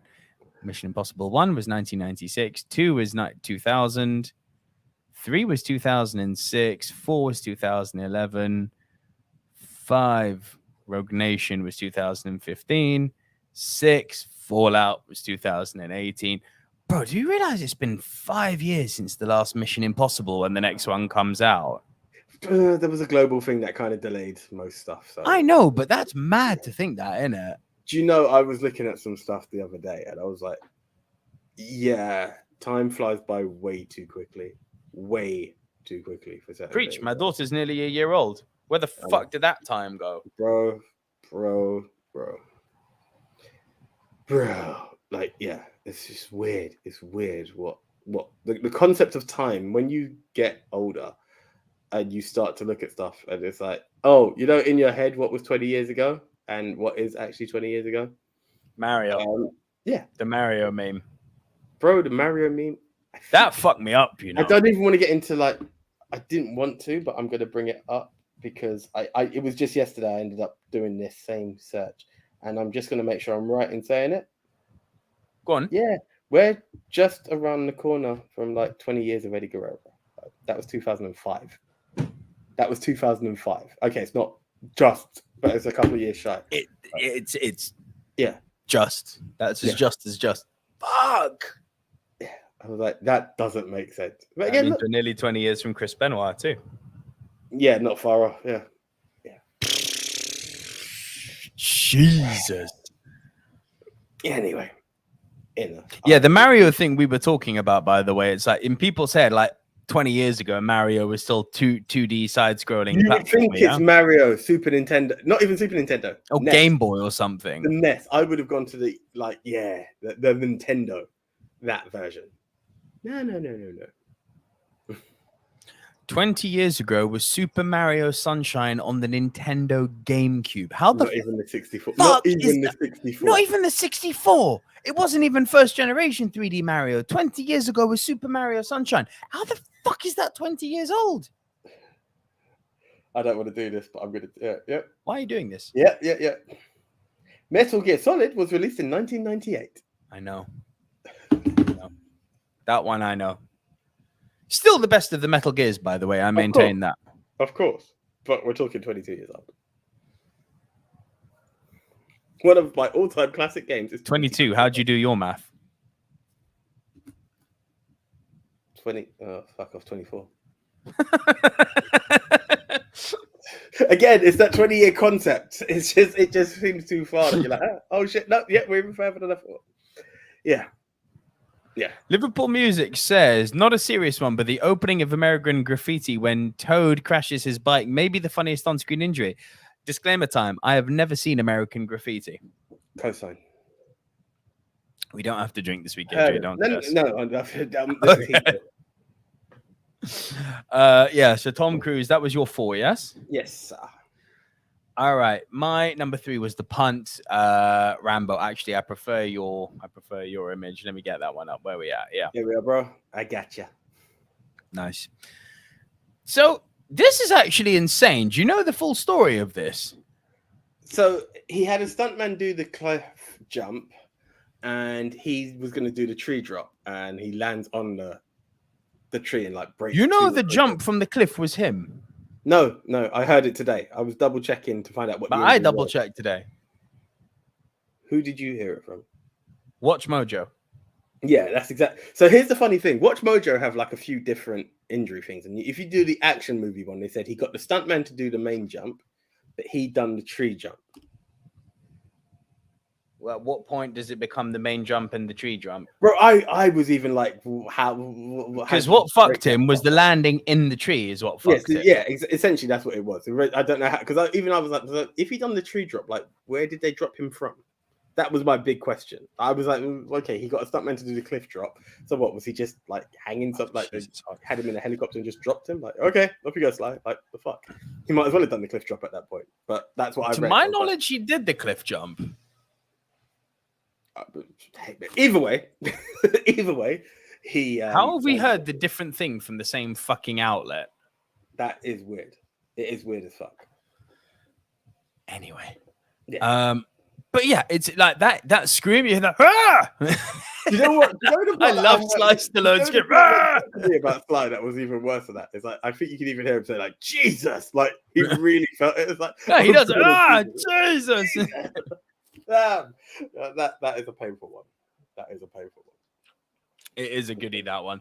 But you got to give it to the guy, man. In one of his first big roles, and he's literally doing his own stunts. It's really cool that he went to those levels. And, bro, sorry, I've said this 1,000,001 times. Like, you can fall down in the street and just scuff your knees and fucking scrape your hands, and it hurts. Like, it's an inconvenient pain, but it hurts.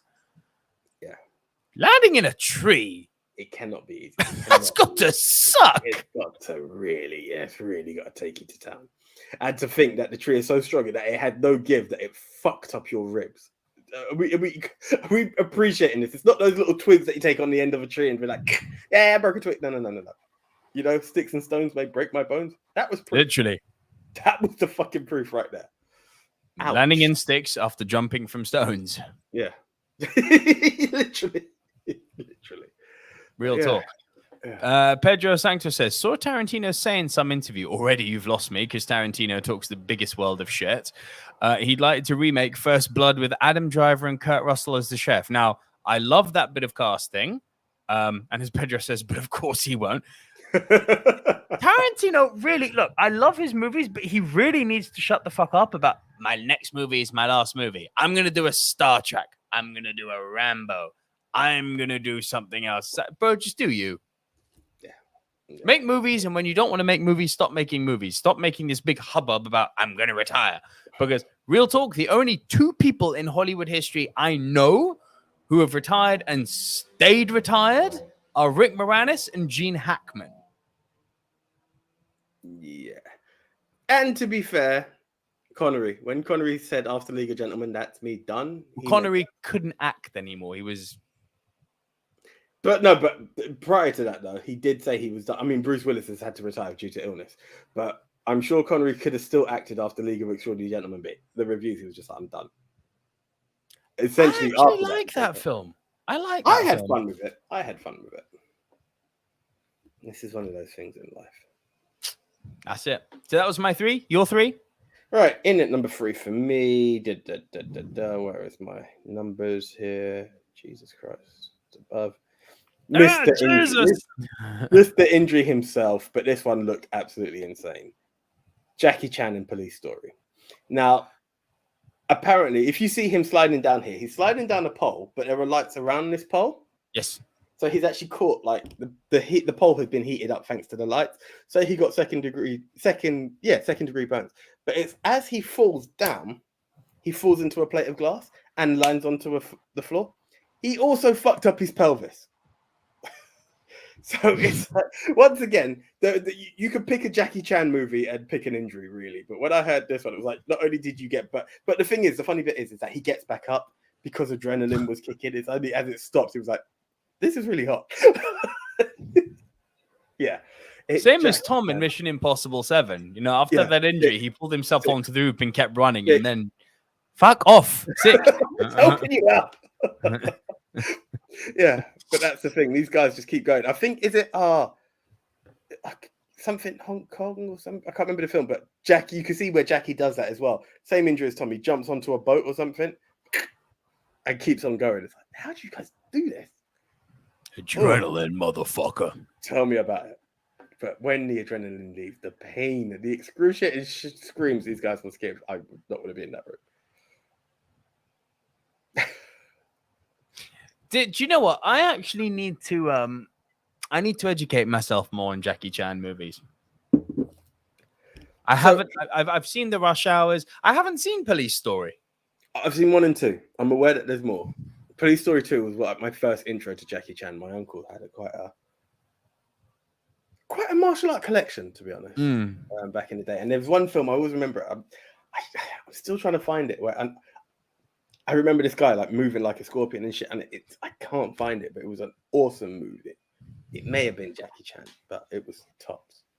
But yeah, he's movie with guy. Bro, I tried to do that when we done top 10 martial arts movies. I done it, and it was not the film I was. Is it the Scorpion King? Dwayne the Rock, baby. Just smell it. Just smell it. No, it wasn't. Do you smell it? Is it Mortal Kombat? No, it was not. It was not. This is I still can't get over how much fun I had with that Mortal Kombat movie. Kano for the win. The guy had me. He was gold. He was fucking gold. Dying. Kano wins, bitch. It was everything. He was I fucking can't even remember great. the line, but he just had me dying with laughter. Yeah. Like, I did not see it coming. Yeah. Did not see that coming. And But Kano's that not like scene one of my with go-to Scorpion. characters, you know? No, never. That's the thing. Kano has never been that guy. Obviously, he probably is for the actor known as Kano. But like, I've never known anyone else who leans that way. And the way they made him absolute gold in that film, I was like, gold. I knew that my boy was gonna get fucking done. Always. That what's his name? With the metal hat. No. Oh, Liu Kang. Not Liu Kang. Who's Kung Lao? Kung Lao. I always get those two mixed up. Yeah.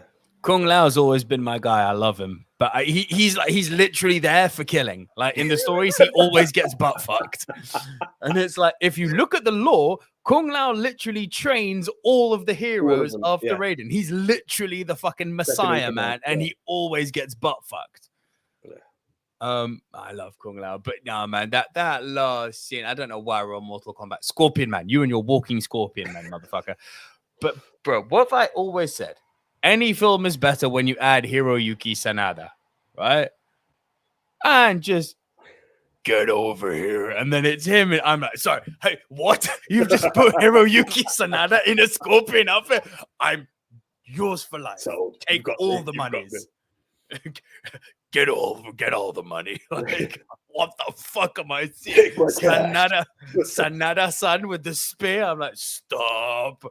This is good. What did I say? When we saw that trailer for Bullet Train for the first time, we were like, it's good. And then he appeared on screen. It's like, and the movie's now going to be great. Yes, this is true. This is true. It's going to be great. Sanada-san is in it. The movie is going to rock.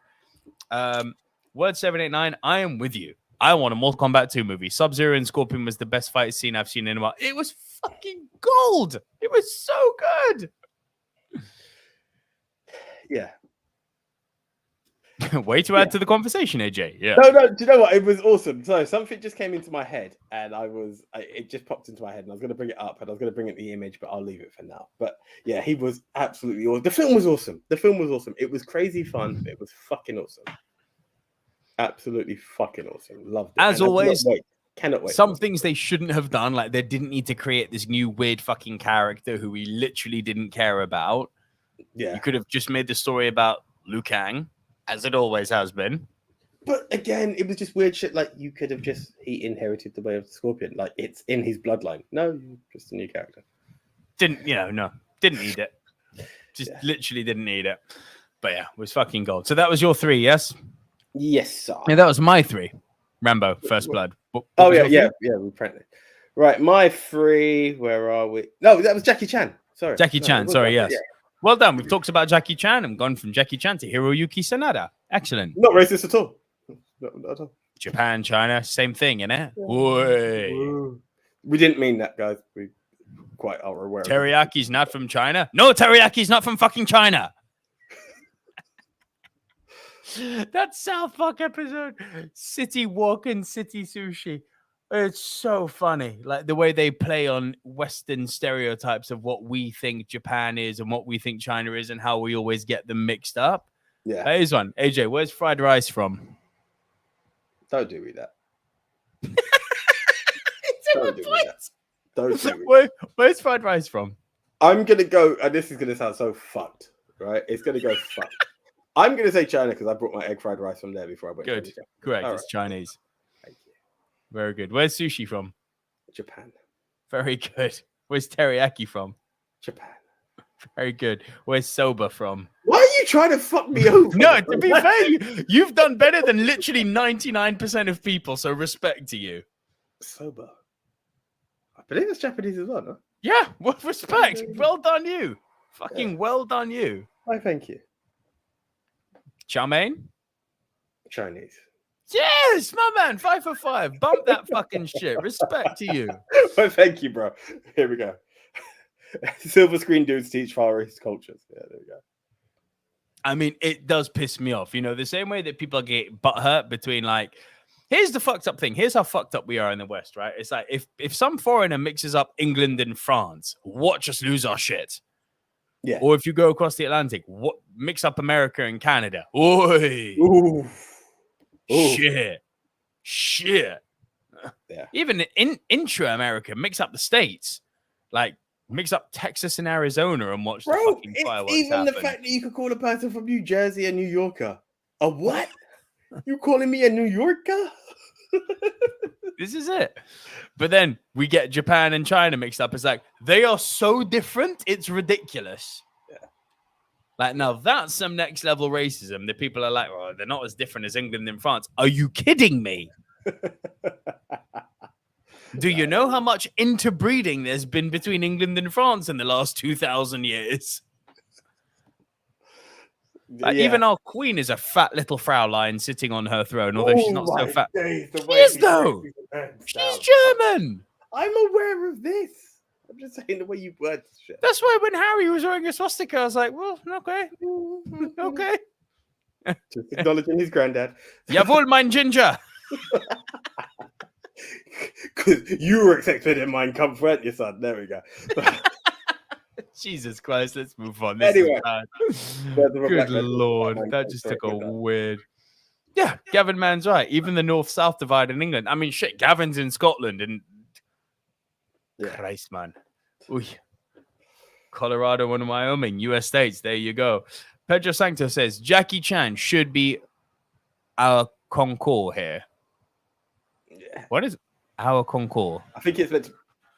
As he's an actor and a stuntman, therefore he gets injuries in pretty much every movie he's made. You're educating me. Oh, maybe concours. Oh, concours. As in like off track. Like he shouldn't be on the list. Like that. Pedro, very good with the French. I respect you. I like that. J-Lo Andrew from Swindon, the Queen. Hello there. I mean, to be fair, I'm sure Boris could make it in from last weekend. Oh, he can fucking... Oh. There we go. It's not something people want to do about. Oh, that did. My man. Right, my number 2.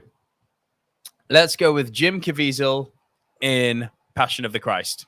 Do you know what? I'm not going to lie. One, I haven't seen the film, but I remember hearing about it, and I was like, yeah, that was pretty fun.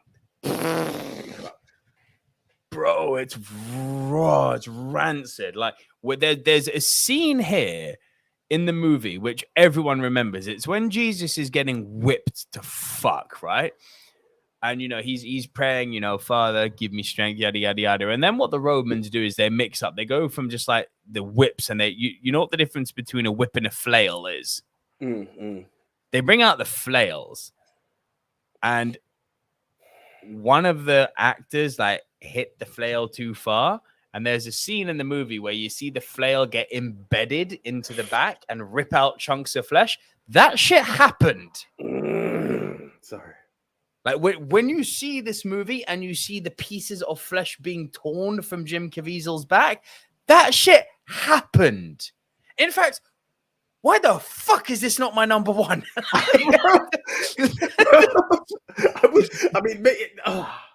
My number 1 is pretty torturous. So it's either we've got a common one or, you done fucked up. I don't know if the other, whatever you come to. This is so bad. Like those scenes, like this scene I brought up here again. Apologies, live pod squad, but you can jump on YouTube and watch this now. Do you see him carrying the cross here? I heard about this as well. So he couldn't carry the cross because his back was so fucked up. So those times that he's collapsing, that's from agony of having pieces of his back ripped out. But I think there was also a part with carrying the cross. Sounds like I said carrying cross. He had I think something happened to his shoulder. I don't know if it was a dislocation to the shoulder or it cracked the blade or something. Like, yeah, he went for it. Do you know that he apparently found God in this movie, which is why he left Hollywood? Didn't know that. Apparently, he's now going and preaching the good book. I mean, Or the not good book, depending on which way you lean. I mean, if you went through Jesus' turmoil, I'd kind of get why you'd be like that. But yeah, I There's get it. like pages upon pages of news about how those injuries made him find God. Like, Mel Gibson. I mean, I shouldn't say this. Lord works in mysterious ways. I Fucked up. I shouldn't say this, but I mean, it's linked to it. My aunt has always said that. Like one time she was in a car accident and her elbow got dislocated and shit.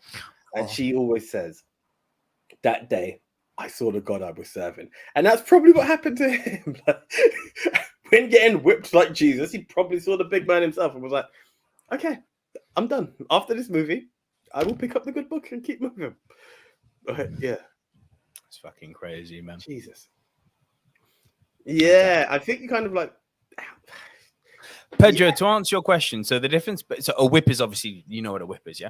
A flail is those whips which have got like little shards of glass or like pieces of like they used to put iron or copper, like any type of sharp, anything sharp, which they would then wrap into the individual whip tails. So then when they whip you, it was like a claw essentially getting into you. So the glass or the metal, whatever they put in the whip, which is what turned it into a flail, would embed itself in your flesh and rip the flesh out. That shit happened to Jim Caviezel. He lost skin from his back. Like, that's not acting at this point. Yeah. That's like, no, that's a human being who has literally been flailed like he was Jesus Christ. It's near enough a snuff movie at this point. I mean, The Passion was basically a snuff movie. I'm not gonna lie. Like, you still haven't seen it, huh? No, I haven't. It's a hard watch, bro. The Mel Gibson movies are something I need to see because I'm aware. You need to see Apocalypto. Yeah, I'm aware. Oh, Apocalypto's fucking fantastic. Cool. Right. My number 2 feels a bit weak compared to yours, but it is a punt from earlier. So mine is a bit of a double ender when it comes to this, just because there were both injuries were similar injuries. So I'm trying to find the image while blanking, but within the same film. So I've gone for both Ellen Burstyn and Linda Blair because I didn't know Linda Blair got hurt. So here's the thing: you know all that rocking that she goes through. Apparently, it led to actual scoliosis or something. She's actually got long-term back problems. And the same goes for Ellen Burstyn. From when she popped in, like from the counter slaps and the push, and she drops on that scream, which is very real. Yeah, the scream's real. Continuous back spasms from it, and I'm like, it was really hard to differentiate which one of the two, and it's so high because it's lasting injuries. Like that's wrong. That's serious, man. It was. And she warned William Friedkin. She said to him, like, you are throwing me too hard. And then she was asking him to tone it down. And then it was in one take. He didn't do it. And that's when her back went. So that scream after like Reagan's slapped her and she lands on the floor and goes, ah, that's her actually convulsing in serious, like her back's gone. Yeah. It's next level fuckery, man. It's sad that those stuff happen. And again, if you look at Linda Blair, she was an actual kid. And to think that from there, you cause that kind of damage. Poor fucking girl, man. Like, what that role required from her, because apparently Friedkin didn't pull any punches in getting the most out of his actors for this movie. But no, I've heard this. It's one of those films, kind of like Apocalypse Now, where Apocalypse Now everyone was trippy. This one is like no one came out of this film the same. You know? I still don't quite get the whole people were being given vomit bags in the cinemas and people were passing out. I've never quite got that. The film creeps me the fuck out, but it's not vomit inducing. Like, it's not Martyr. Yeah. I always think it's maybe something of its time. And, you know, it's like when people are like, don't see Joker. Joker will lead to, like, sending people off the edge. And I was like, fuck off. Fuck right off. It's a good film, but it's not going to Great film. It's a great film. It's not going to make me want to start putting on the clown mask and start fucking shit up. Do you know what I mean? Like, no. If you're going to do that, I don't think the movie's the problem. Do you get it? Do you get it? Yeah. But, I mean, I swear Cannibal Holocaust came out shortly after The Exorcist. This is what I'm saying. Like, you're saying it's a product of its time, but... Like, again, we're talking movie versus this day, like, Cannibal Holocaust is actually banned. Like, Yeah. Yeah, no point. Good point. Okay, Martyr. I suppose that's more modern, isn't it? Yeah. Martyr's fucking horrible. That's a tough film. That's a tough watch. It's a fucking tough horrible. There is a part of me that thinks I need to watch it one more time just because I didn't get through it. You know, I had to turn it off. It was like, it's too much for me. I can't bear it. But yeah. Right. Okay. So I don't have a worst, bro. Well, to call it an injury, it's not an injury. It's more of an accident. And it was more for cheap thrills and laughs. So for me, right? It was the guy who should have looked where he was going. Everyone's famous. You know what? For shits and giggles, like, how could you classify a real worst injury? Like, that's wrong. Do you know what I mean? It's wrong. So it was the guy who just didn't duck his head. Just knocked, like, had a little knock. That was it. That was for the people on Pod Squad. Do you want to explain what you've just shown? Yeah, so the stormtrooper who knocks his head in Star Wars: A New Hope. I love the fact that that's still in the movie. It's fucking great. At first, I thought it was a blue. I was like, "There's no way that's in the film." And I remember watching the film like, "There's no way it's in the film." It's in the film. It's fucking great. It annoys me in a way because it's such a sign of a bygone age. Like, you just wouldn't get away with that, you know, in the sterile, you know, sanitized world now that is filmmaking. I don't say that, you know, badly. I just mean that everything is they go through it all with a tight fucking, you know, pin now. I mean, shit, a Starbucks mug ended up in the last episode of Game of Thrones. People lost their fucking mind about it, right? Yeah. TV budget. That's the difference. They don't have that time. But yeah, it's so wonderful that something like that, as a nice part of cinema history, is still there. And it makes me so sad that, for reasons beyond my understanding, we're never going to see the original Star Wars movies ever again, you know, in their original format.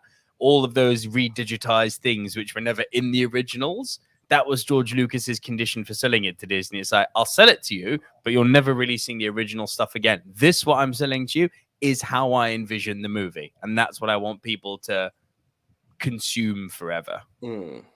It's sad because I still remember the original ones, like before all the redigitization. They were fucking they were flawed, but they had more soul. I don't know where he got it from, but he was able to buy it in its original form recently on DVD. No, it's findable, but it's he paid the pretty penny. He done it. Yeah, like, I want it, and credit to him. Like, he done it. It's definitely findable, but it's like you know, Disney Plus. I'd like to see, you know, upscaled into glorious 4K. You know, sometimes it doesn't hurt. I know it's like cloud space. Han shot first, says Francis. He did. Carry on. Han shot first. But like, to be able to have remastered and original. So if you want to watch the remastered stuff, enjoy it. But just have original uploaded there for me, please. Like, let me just appreciate it. You know? Yeah. And Gavin's right. The originals are so hard to come by. I think they only ever came out on VHS, had the original tapes off the telly too. Yeah. And that's why still having a VHS player is one of the good things, because there are these old movies that you can only get on VHS. They will never release otherwise. You know, like, again, my first hint of ever forming a collection of anything, well, it was Jim Carrey and wrestling, because my cousin had a load of wrestling tapes and he gave them to me. And I always remember putting in one of the VHS and like condensation had just got to the tape and it was just not playing. And I was like, at that point, I didn't even look at the rest. And then you realize it was on DVD. Then you get all these on-demand services that literally have everything. And yeah, it's sad. It's sad. But that era of being able to watch something off a good old VHS, I do miss it. Physical media is still my go-to, but I still prefer physical to digital. The quality's better too. That's sad. What I think is really sad with, and obviously this could be based on the way I consume digital media, but it's having those posters that, you know, like a film poster in your collection, you're going through and you've just got this nice collection of your films. Like, where you don't get that with digital. You just can't. It's not the same, you know. No, wait till you see the studio that I'm going to build for myself in the new house. Nice. Got a whole cool YouTube background ready in my mind. Nice. Very, very DVD centric. You shall see. Cool. Right. So my number one, AJ. Look, it's from one of my favorite movies ever. Unpopular thing is, from the 3 movies that released, it's from the second part, and it's my least favorite of the 3. Even though I love the one I appreciate the most. I think I know. Well, I know a lot of people do. But I for me, it unless you're watching the extended edition, which is night and day. Like the theatrical release of this second movie was very all over the place. Extended much better.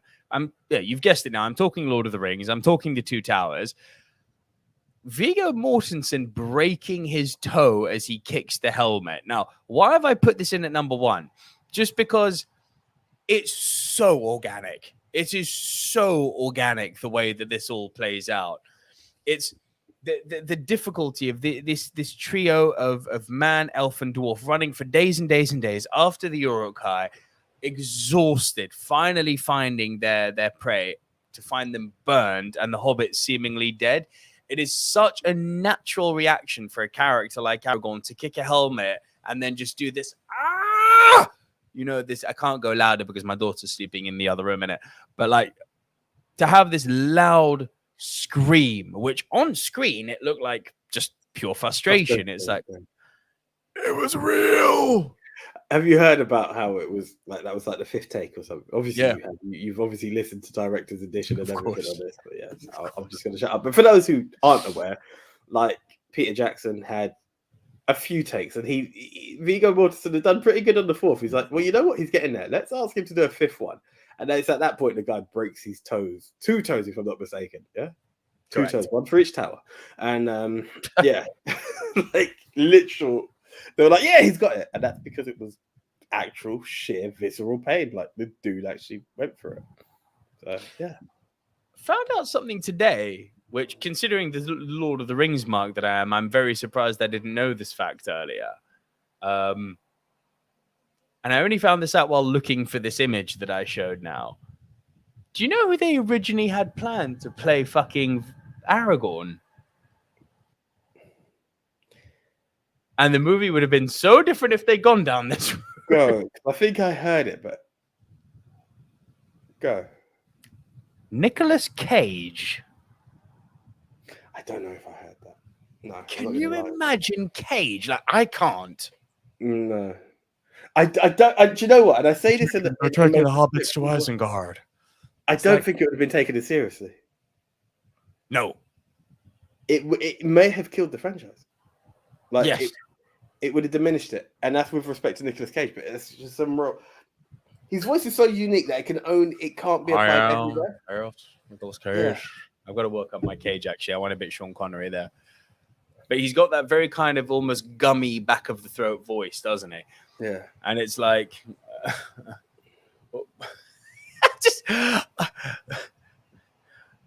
I could not imagine Nicolas Cage delivering something funny like, my friends, you bow to no one. It's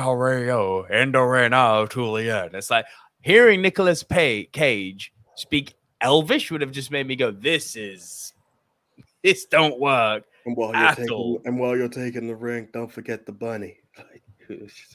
Oh Jesus. Not the orcs, not the bees. Not the bees in the fucking orcs again. I still need to see that film. No, you don't. No, you don't. Listen. I got through 10 minutes of Tammy and the T-Rex and went, no. Just no. Did you see the grip?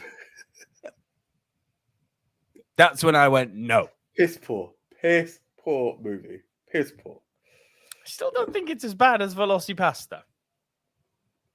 You've done really 10 minutes, bro. You've done 10 minutes. There were reasons. Velocipasta I wanted to see until the end. This, you told me what's up. I don't need to see this. Like, we're good.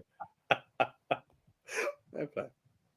Again, one accepted it was a B movie. The other one was trying to be a movie. And that's the difference. I don't know if it was, Bro, I'll be fair. I heard something. I read after doing that one that the dinosaur movies that there was something along the lines where he had like a week to write this script, so he just went batshit crazy. I don't know how, why, or what have you, but there were like excuses as to why it's that bad. AJ, I'm very curious to know what your number one is.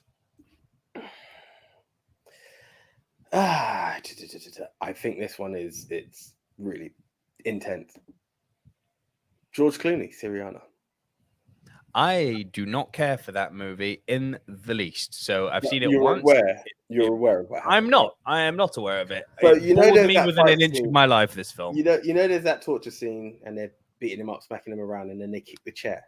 I don't remember it, but refresh my memory. Okay. Well, he kicks the chair, and George Clooney's head smacks the ground. Mm-hmm. Right? I'm gonna get the words out so far. From that, he suffered spinal injury because he tore his dura mater, which is the wrap around the spine that holds the spinal fluid. Like, he went through some severe pain, such excruciating pain. Not only did it nearly From a chair fall. his head connected to the floor. I don't know exactly how it led to it exactly, but it was from that.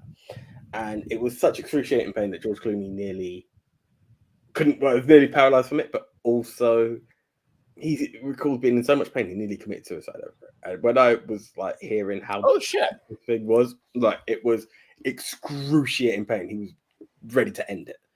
I was like, fuck me. Yeah. I mean, it just became a kind of, nothing else is going to top that, really. Do you know what I mean? Like, I respectfully that it I don't know, man. I got a guy who found God after being flailed. I get that.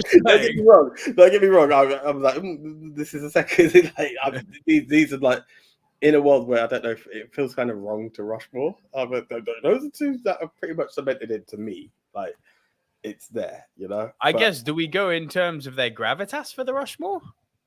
What are the most horrific scenes on film? Nah, not most horrific, but what are kind of like the most Jesus fucking Christ injuries in movies? I feel like Jackie does need to be in there.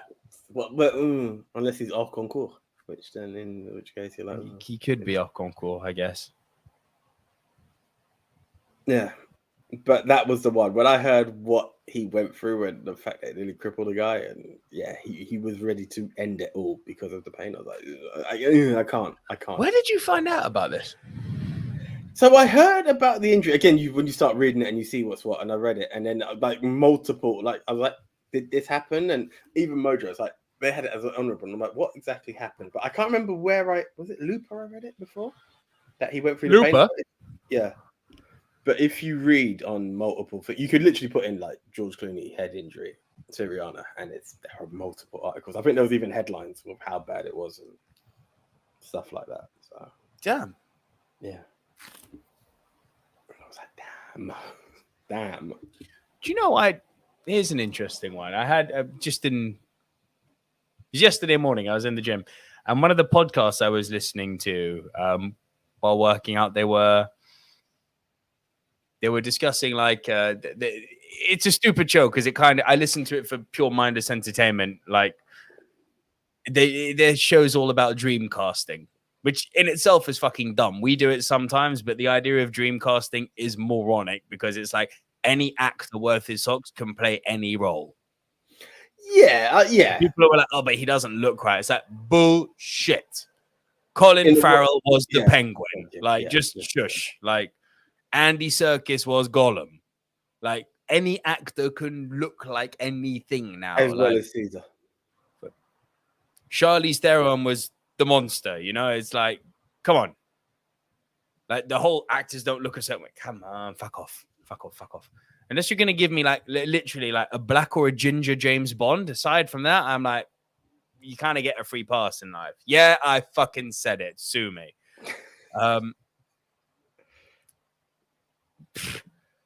Here's one that came to mind since I was in the prospect, and I'm bringing him up now because you mentioned George Clooney.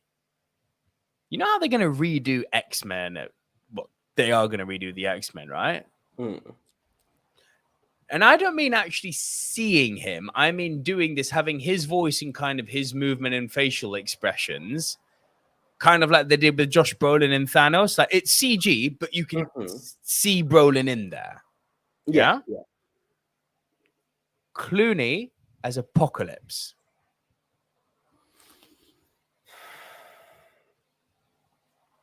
And it's not because of what he done in Batman. I have a feeling his voice the voice he would put on may try to ham it up too much, and I don't know. Yeah, you'd have to tone it down for Apocalypse. But this is the thing. I'm hoping he doesn't start to sound like the Wizard of Oz. Like, I'm Apocalypse. I wouldn't want it to go the wrong way. So for some reason I started confusing Apocalypse with Galactus. That was really wrong. But maybe I could see it. George Clooney as Apocalypse. I could really see that. It'd be a different level of dark for him. Not to say he couldn't pull it off. I'd be interested to see it. Now you see. Obviously, Now you see. Tell me. You see. But let's play the game. Would you not have wanted Christian Bale to have been held off to have played Apocalypse? Christian Bale as Apocalypse? Yeah. I would have had Christian Bale as anything on the face of the planet because I love the man. So this is a weak argument. I'm not the guy to ask this question to, because if you say I think Christian, would have been Christian Bale plays the Queen of England, I'll be like, sure. Christian Bale is Maggie Thatcher. The Queen makes the Rushmore twice for Nico. Yep. Christian Bale is Maggie Thatcher. Sure. Fuck Meryl Streep. Give it to Christian Bale. Of course. But I think that would have been he could have got his teeth into that more than being something. Especially, I mean, a Taika Waititi 4 movie doesn't need someone like Christian Bale because he's lost in it. I don't agree, but I see what you're saying. I'm not saying in the MCU, he could have been used better elsewhere. Yeah. I agree with that statement. I agree with. Yeah. I mean, my biggest one, the one that will forever sting me, was I thought he would have been perfect as James Bond. Yeah. Now, you want to talk dream casting? I'm only bringing it up because Pedro Sanchez jokingly said Danny Trejo for Bond. No. But yeah, man, like Bale as Bond would have been just money. I can see that. And I agree. Just look at what he looks like in the tuxedo in Batman Begins. Do you remember? But this is the thing. Do you remember that discussion when we had it? It was always like, I remember my thing was, Batman is American Bond. Like, like it's to take that mantelpiece. And for us to have taken a Brit to play Batman, not that I'm upset with it. Why didn't you just play who you're meant to be? Be Bond. So true. Yeah. So fucking true.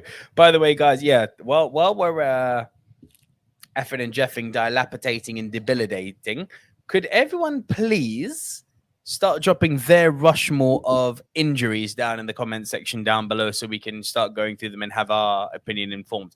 Pedro Sanchez agrees with me. Christian Bale would have indeed been an amazing Bond. What are your thoughts on Ewan McGregor 10 years ago? No. As Bond, I don't see it. As a Bond villain, I do see it. Yeah, I somewhat agree with that. Ewan instead of Craig, of course. Of course. Fuck Craig. Here's where Craig belongs, on the porno sites. So I'm going to ban those right now. Blocking the porn.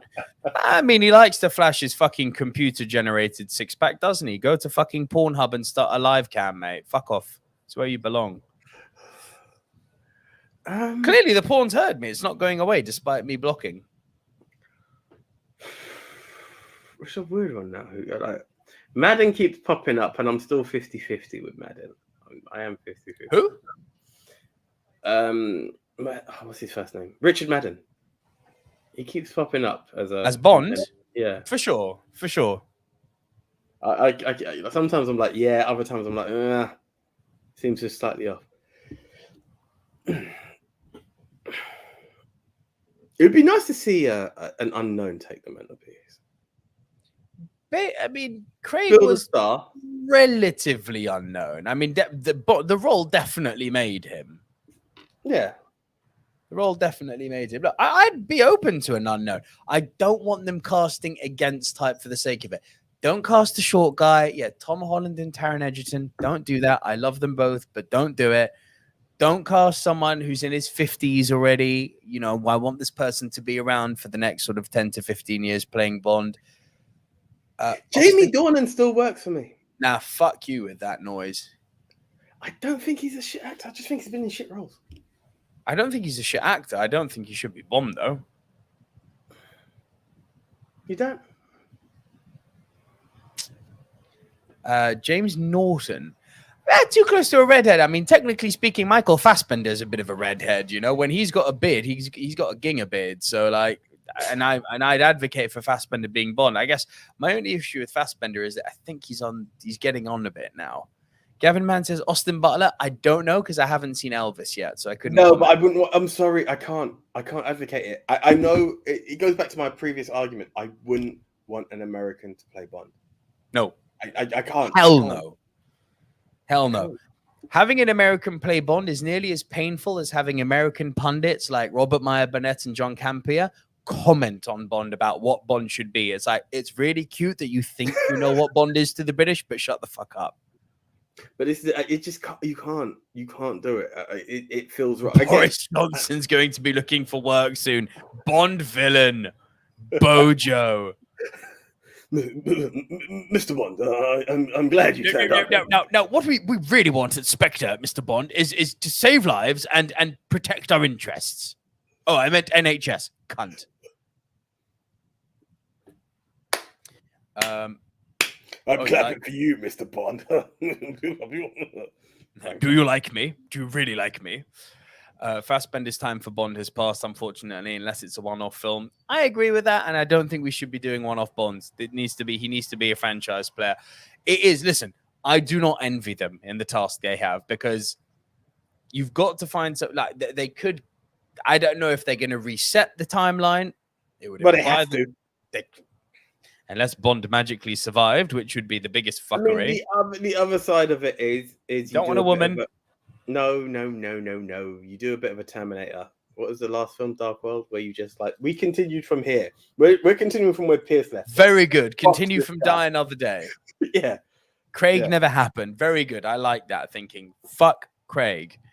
But they have like... Gavin, man, I've got no problem with an Irishman playing Bond.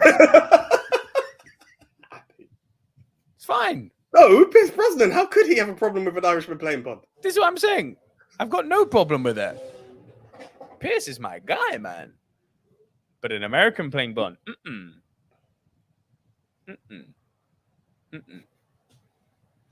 I actually, do you know what, AJ? I do not know for the life of me who I would cast as Bond now. I think they need to go with an unknown guy.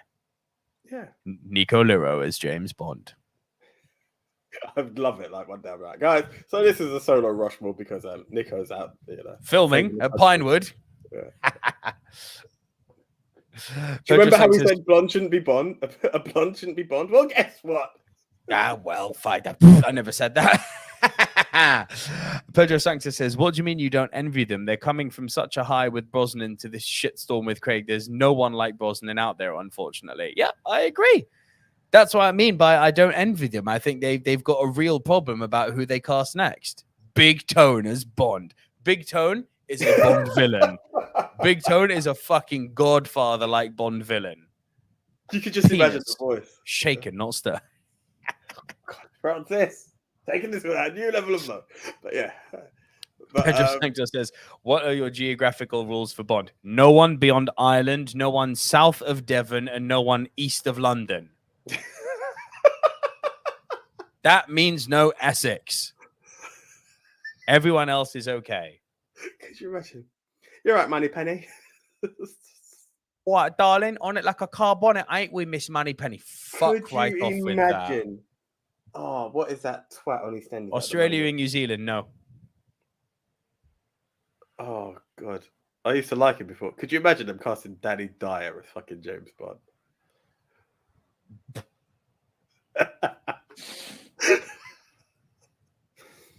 Listen to geezer. Yeah, Bale is Welsh. He could play Bond, no issue. Tom Hiddleston would be my pick, but the problem is Tom Hiddleston fucked himself with that I Heart TS t-shirt. Like, I personally don't think that's a problem, but the world seemed to think that Tom Hiddleston wearing "I Heart Taylor Swift," that was like, you're not Bond anymore. It's like, my only argument to that, while I agree, I do agree, you kind of fucked yourself there. If that's your break, I find his frame is too small. Frame means nothing. You're frame, and you're talking look again. Like, you can bulk, and also Piers had a very slight frame. Sean had a very slight frame. It still feels maybe it just feels they still feel bigger. That's because he's played Snaky Slimy for so long. Yeah. Do you know what? You should watch Tom Hiddleston. It sounds like the weirdest reference. He did an interview on Alan Carr's Chatty Man where he had short hair. He came in a tuxedo and he was so calm and cool. And I was like, motherfucker, you like James Bond. Yeah. Interesting. Really, really dig that. Really dig that. But now, here's the thing. If Tom Hiddleston is Bond cancelled for I Heart TS, which I don't approve of, but I get it, Idris Elba's fucked with Booking.com. Now that's dead. Idris Elba is cancelled because he can't draw a fucking crowd. It's just a fact. He can't. I'm sorry. Fucking Bifrost, man, for the win. Bifrostbooking.com. Where does the Bifrost take you? To my next holiday with Booking.com. If I can have my phone back, please. Luke Evans as Bond is not a bad call, actually. Although I do. How old is Luke Evans? I was going to say that's the part I hesitated at. I was like, where? Luke Evans is a damn good call. Agent A. No, he's younger than I thought. I'm not saying he looks like an old kid, but he's just younger than I thought. No, he's 43. For me, Bond needs to be a bit younger than that. Because when you look, that means that you're going to have... Look, here's the thing. They got Craig when he was in his, I think, 42, when Craig signed up. By the time we got to that shit steaming pile of crap of a movie known as No Time to Die, it was looking weird having a 50-plus-year-old man hanging around with Lea Seydoux. I was like, nah, man. You're too old now. That's why I'm saying you need to get a guy who's late 20s, early to mid 30s. Late 20s. Sorry, you said early 20s. I think late 20s. Late 20s with the look of someone who's, you know, worldly and gruff and bit rough. Which is what, look-wise, Luke Evans I approve of, but he's 43. Which means if they're going to have him for a long-term project, you know, over the course of 10 to 15 years, you're going to get maybe 4, maybe 5 movies out of him. That means man's going to be on the wrong side of 55, and we're still going to have to buy the fact that he's having the snoo-snoo with the younger women. It's like, unless they do what they did in Untitled Chapter. Here's one of the most beautiful women on the planet, Ana de Armas, in an evening dress in the perfect scenario of Cuba being all sexy. Oh, you're a lovely young lady. What the fuck is wrong with you? You're not Bond. Shag her. Womanize her. Objectify her. You are Bond. You caveman, you. Yes, you fucking sexist, misogynist dinosaur from a bygone age. Quote the money penny. Quote the M, rather. The M. I was going to say the M. Yeah. Jack O'Connell, maybe. Maybe. Someone pitched Henry Golding. No. Love Henry Golding, but no. I'm sorry, I'm going to play the race card. He's Asian. Yeah, I can't say Bond can't be black and then have an Asian take it. Yeah, like, nah. He's fucking Scottish. That's who James Bond is. I'm sorry.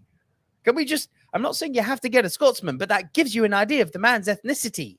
Like, this isn't a race thing. It's like, oh, you close-minded fucking caveman. No, I want a close-minded caveman lookalike to play Bond. I'm just trying to think. I can't think of anyone else at the moment. It's ridiculously hard. Tom Hiddleston would be a good shout. I need to watch more British TV because I'm sure there's some good actors. Oh, people are going to pull for what's his face from that Netflix show, that fucking woman porn show that everyone likes. What's it called? Not Downtown Abbey, the other one. Guys, help me. It's that period piece. It's on Netflix. Fucking. Oh God. I know the one you're talking about. What's it called? With the handsome black dude. He plays a character called the Duke. Bridgerton. Thank you. Yeah, who's the handsome brother in that? Everyone's batting for him to be Bond. Regé-Jean Page. That's him. And he's a good-looking motherfucker. But I still think you need a white guy to be Bond. Yeah. Thank you, Pedro. Regé-Jean Page. Yeah. See, he's a good-looking motherfucker. But he's not what we're looking for. It's just real. He's not. Long Dong Silver is Bond. What the fuck, Francis? I mean, that's a well-played name there. But no. I mean, that's like bend over. If you know, you know. Right. Should we actually get on with doing this Rushmore? We could do. I think we've given people enough of a buy time to write their stuff down. Would I have a black Iron Man or a Hispanic Batman? No. I wouldn't. This is a black guy saying it. Screw it. I'm sorry. I don't want a black Bruce Wayne. I don't. Now, it's not that I'm waiting for them to try and convince me that Black Lightning is a considerable character, because I found the show quite boring. However, Luke Cage was something I could celebrate and sit down to. The Blade. Black Panther is something I can sit down and celebrate. Blade, I can do. Static Shock. Give me that. I don't need to embrace something else. Again, I don't mind if you're going to create something that looks like the ultimate black version of Bruce Wayne or the Hispanic version of Bruce Wayne. Like the same way we have Britt Reed and Bruce Wayne in the same universe, same universe, but they both exist. You can give me a black millionaire. You can give me a Hispanic millionaire. I'm not saying that can't be a thing, but I don't want you to be Bruce Wayne. No. And I'd like, if you're going to do a black millionaire, I'd like one who's not a drug dealer, please. Well, there we go. Because I'd like one who's not portrayed stereotypically by the media or how the public perceives what the rich black man is. It's like, I don't want that anymore. Yeah. Or he hides his wealth by being in a third world country in Africa. Nah, fuck all that. Come on. Riz Ahmed. No, not Riz Ahmed. Sorry.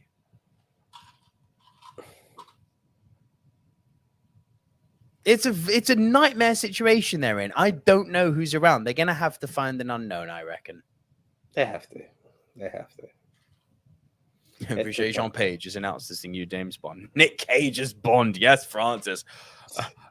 Not the PPK. Not the Walther PPK. Good Lord. Guys, I've only got two of you who have given me Rushmore so far, so I'm just gonna go over them. Man's given me 10. Number 10, Linda Hamilton, hearing loss in Terminator 2. Didn't know about that one. Yes, I heard it. You know when Arnie shoots the shotgun in the lift? Apparently the noise was horrendous for it. Yeah. Messed up her. No shit. Sylvester Stallone's neck injury in The Expendables. Jackie Chan's leg break in Rumble in the Bronx. Rumble in the Bronx is where he fucked up the leg, yeah. I need to watch that movie. Witchburn in The Wizard of Oz. Carrie Elwes head blow in The Princess Bride. Sonny break guy's ribs, The Godfather. Viggo toe break in The Two Towers. Marty getting hung, Back to the Future 3. Yes. I'm surprised you didn't put that in, AJ. Right. When you compare the other stuff, like I'm not going to say hanging is like, but you know, it's choking as opposed to an actual injury. But yeah. Odd Job hand burning Goldfinger. Didn't know about that one. And Rambo in the Trees, First Blood is Gavin's number 1. So you know where Odd Job holds onto the railings when near the end and it starts to get electrified because of what Bond looks. That's where he gets fucked. No kidding. 3rd degree burns, yeah. Something like that. Wow. 3rd degree too. We're not kidding. Yeah, it was pretty bad. Wow. Francis Lone says, my Rushmore. Oh, for boats. We'll do that later, Francis. So only Gavin. Right. Okay, AJ, it's over to you and me, unless we've got some that have just come in here. Nick Cage's Moneypenny. Francis, you're on fire tonight. Pedro Sanctos says, here are some characters that could be portrayed by any race, though. The Hulk could be Hispanic, Irish, Japanese, Greek, Nigerian. Just a scientist, basically. I'll listen to that all day long. Yeah. Hulk doesn't need to be white. There's nothing white about the Hulk. But I mean, there's nothing inherently white about Bruce Wayne, but it's just he's been. But yeah, I get, yeah, it's true. Hulk doesn't have to be. anything. Yeah. Neither. No one really does. I mean, short of T'Challa, but yeah. And Blade. Oh, the outcry if you were to cast Blade as like the whitest white man. Can you imagine? Who's really white? Like Taron Daniel Egerton. Daniel Radcliffe is Blade. Yeah, you motherfuckers. He should be Wolverine. Really? Let's killing vampires. Yeah. Fuck me. Can you imagine him as Blade? Ugh. I'm the Daywalker. He's giving him far too much balls there, mate. I'm the Daywalker. Rowan Atkinson needs to be Q. That is actually a great fucking shout. That would be quite funny. That is a great shout. And I mean that seriously. Yeah, the same way that they did like R with John Cleese, which I actually liked. Yeah. Rowan Atkinson, I'd be there for that. Mm-hmm. I'd be there for that all day. I like that. That's a great shout, Tucky. That would be quite fun. Let's Rushmore this, AJ, and wrap up. Cool. Jim Caviezel. Yes. So I just need to get this. Where are we? Yeah.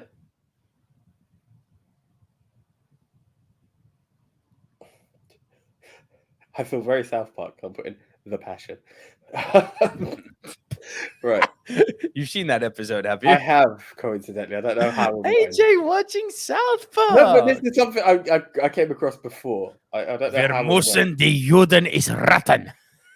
It's so bad. Are we okay with George Clooney and Syriana? Me, yes. Internet, I don't think we'll know about it. Okay. Well, let's take the action, guys. Let's not be dickheads. Stallone First Blood? We've got Stallone, we've got Chan, and we've got Cruz. Oh, Cruz will win that without even blinking. They'll see Cruz on there, not even look at the other contestants. I suppose you have to put him in, don't you? Let's do it. And so we've got one remaining. You can't do injury list. As I've seen left, right, and center, people will say Jackie Chan has literally got a list of his own. You can't omit Jackie Chan in an injury in film. Gavin Man knows Make Love Not Warcraft, the best South Park episode. Absolutely. Tom Cruise, it was 6, wasn't it? Yeah. Got there in the end. And you want to put Jackie in Police Story, yeah? Or Rumble in the Bronx. So I don't mind whichever one you think will get more attention. Something from Police Story. Okay. That was easy. You got them all? You got all 4? Yeah, I've got them. Let's do this. Ladies and gentlemen, the official movie Mount Rushmore of actor injuries you actually see in the movie, in no particular order, is Jim Caviezel, Passion of the Christ. Our second entry is Sylvester Stallone, First Blood. Our third entry is Tom Cruise, Mission Impossible 6. Our final entry into the movie Mount Rushmore of actor injuries you actually see in the movie is Jackie Chan, Police Story. Nice. Nice. Okay, guys, so you know what to do. Please head on over to @MovieMTRushmore. But more importantly, do not forget the man himself, good old JT. We love movies at Movie Polls for you. Head on over to both of those. You can only vote once because we will be retweeting what JT puts out there. Next week, the winner will be announced, and that's the one. But always, guys, we are truly, truly thankful. We appreciate you tuning in with us for over 2 hours of each of your weeks, coming in, week out, whether you are pod, VOD, or Live Squad, mainly Live Squad, because God, I don't know how you guys do it. other people always come back. You guys do it live with us and interact with us, which makes it absolutely gold. But if you do know someone who is looking for a good podcast, something to listen to on the tube because they just like to listen and switch off, even when they're working out. Do you remember we had someone who used to say they worked out to us? They go to sleep, listen to us. This is what. Yeah, Lizzie, I remember that. Yeah, so shout out to Lizzie and to everyone else on the pod squad, guys. Where can you find us? We are available on Spotify, iTunes, Apple Podcasts, Castbox, Deezer, Spreaker, iHeartRadio, Podchaser, TuneIn, Stitcher, Geo7, and all you have to search for is Movie Mount Rushmore. Okay. Dear, oh dear, oh dear. So, for the benefit of those on Pod Squad, Francis Salon has written in, and you are big penis. I mean, I love and you are penis. I've created a monster. Literally, you have. Like, it's the X-rated now. You know that new banner I'm designing? Did you happen to notice that in the background of the film strip behind you, the two hashtags? Yeah. I feel like I need to put the penis got me there. I mean, it's in that territory now, isn't it? It's canon now. It's still screen canon. It's part of our lore, LORA. Do you know what you'd have to do as well? Is capital the to mix the two situations. Yeah, there you are. I'm going to put... You're good. Thank you. I'm here. That was good. That was good. I may do it one of those things with the stroke outline letters, so you just get like the outline of the letter, no solid, and then have it like opacity faded, so it's there, but it's not obvious. Nice. But guys, thank you very much. Nico, is there anything else you'd like to add? So more of a question to you. So I'm off to Poland next week. Not for long. It's on. And listen, we made it work from Poland last time, to be honest. Like, listen, bro, I get it. No, we're going to record next week. It's not like we're not recording. Like, my question is, would you rather try doing it from Poland, or are you able to do Monday? No, not Monday. Sorry. Monday's a no, yeah? Yeah. So no, can do. It's like okay, look. So I will. What I may need to do then is we're gonna break. I'll tell you off camera. We'll break convention a little bit, but it may need to be you that sets up everything. Oh, that's fine. I only do it because but you need to do it. You need to do it early. Bro, I could do it tonight as long as you give me the fun. Listen, I can That's create. The point. You have the thumbnail. You have the thumbnail. That's the only reason I don't do it. I will create it before leaving for Poland. Right. There we are. StreamYard does a week in advance. To be fair, listen, my fucking dad brain at the moment. My daughter won't let mum put her to sleep anymore. She only lets me put her to sleep. So whenever bro, it's nasty. And she insists. It's so lovely though. Like, she does this thing now at night where she wakes up and sits like vertically instead of just like lying in bed and crying. She has a full-on sit-up. And then when I come in the room, like, she wants a little hug, and she insists on. It's fucking lovely, mate. So when I get down and lie on my front, essentially, just so my head is level with her head, and she literally puts her head into my shoulder and puts her hand on my arm and falls asleep hugging me. It's fucking magic. It is magic, bro. Let's go. And then I can lie her down, stroke her head for a few seconds, and then she's out again for about an hour. And then, I want another hug. It's like, I love you too, but let me sleep, please. Please. Please let me sleep. And yeah, so sorry to Pedro, to answer your question. Poland, it's just a quick family trip. It's my wife's 34th birthday, and she just wants to be with her grandparents. So yeah, we're gonna go out and see them. I'm only gonna be there for like 4 days. But yeah, if we could, I may want to do Wednesday though next week. Reason being is that I'll confirm that with you though, and I'll confirm with all the screeners too if we're going to do Tuesday or Wednesday next week. But we're definitely on. And in answer to Gavin and Francis's question, what's the topic? Boats. That's the one. We're setting sail, boys. We're setting sail, boys and girls. And yeah, that's the one. No, okay, that's all good. Late entry to the Rushmore. Nico's burn on Andrew from Swindon. Paperwork, motherfucker. Jackie Chan's hands are looking at Andrew going, that's a good burn. You might want some cream for that shit. Yeah. Literally. Pedro, and thank you very much, everyone. Francis saying happy birthday to the wife, Pedro, as well. Happy birthday to her. She's one of the main supporters of this podcast. Literally, yes, by letting me do it each and every week. Literally one of the main supporters. That's the real right there. Trust me, I have to make up for it for the rest of the week, but Tuesday is like my day. yeah, trust me. I know the battle. But yeah, guys, so look, once again, we are nearly at our target for being able to invest in new streaming software. So once again, if you do want to support us, it's buymeacoffee.com/movie dudes. The link to that is in the description below, whether you're on video or podcast, the link is below. Would be great to get your support. And yeah, that's kind of it, I guess. Let's just call it a night. Okay, guys, thank you very much. So until next week, Tuesday or Wednesday, I've been the 1AJ. Stay tuned to Twitter to see whether it is Tuesday or Wednesday. I'll let you guys all know. I'm Nico Lurot. Shout out to the Nicoholics.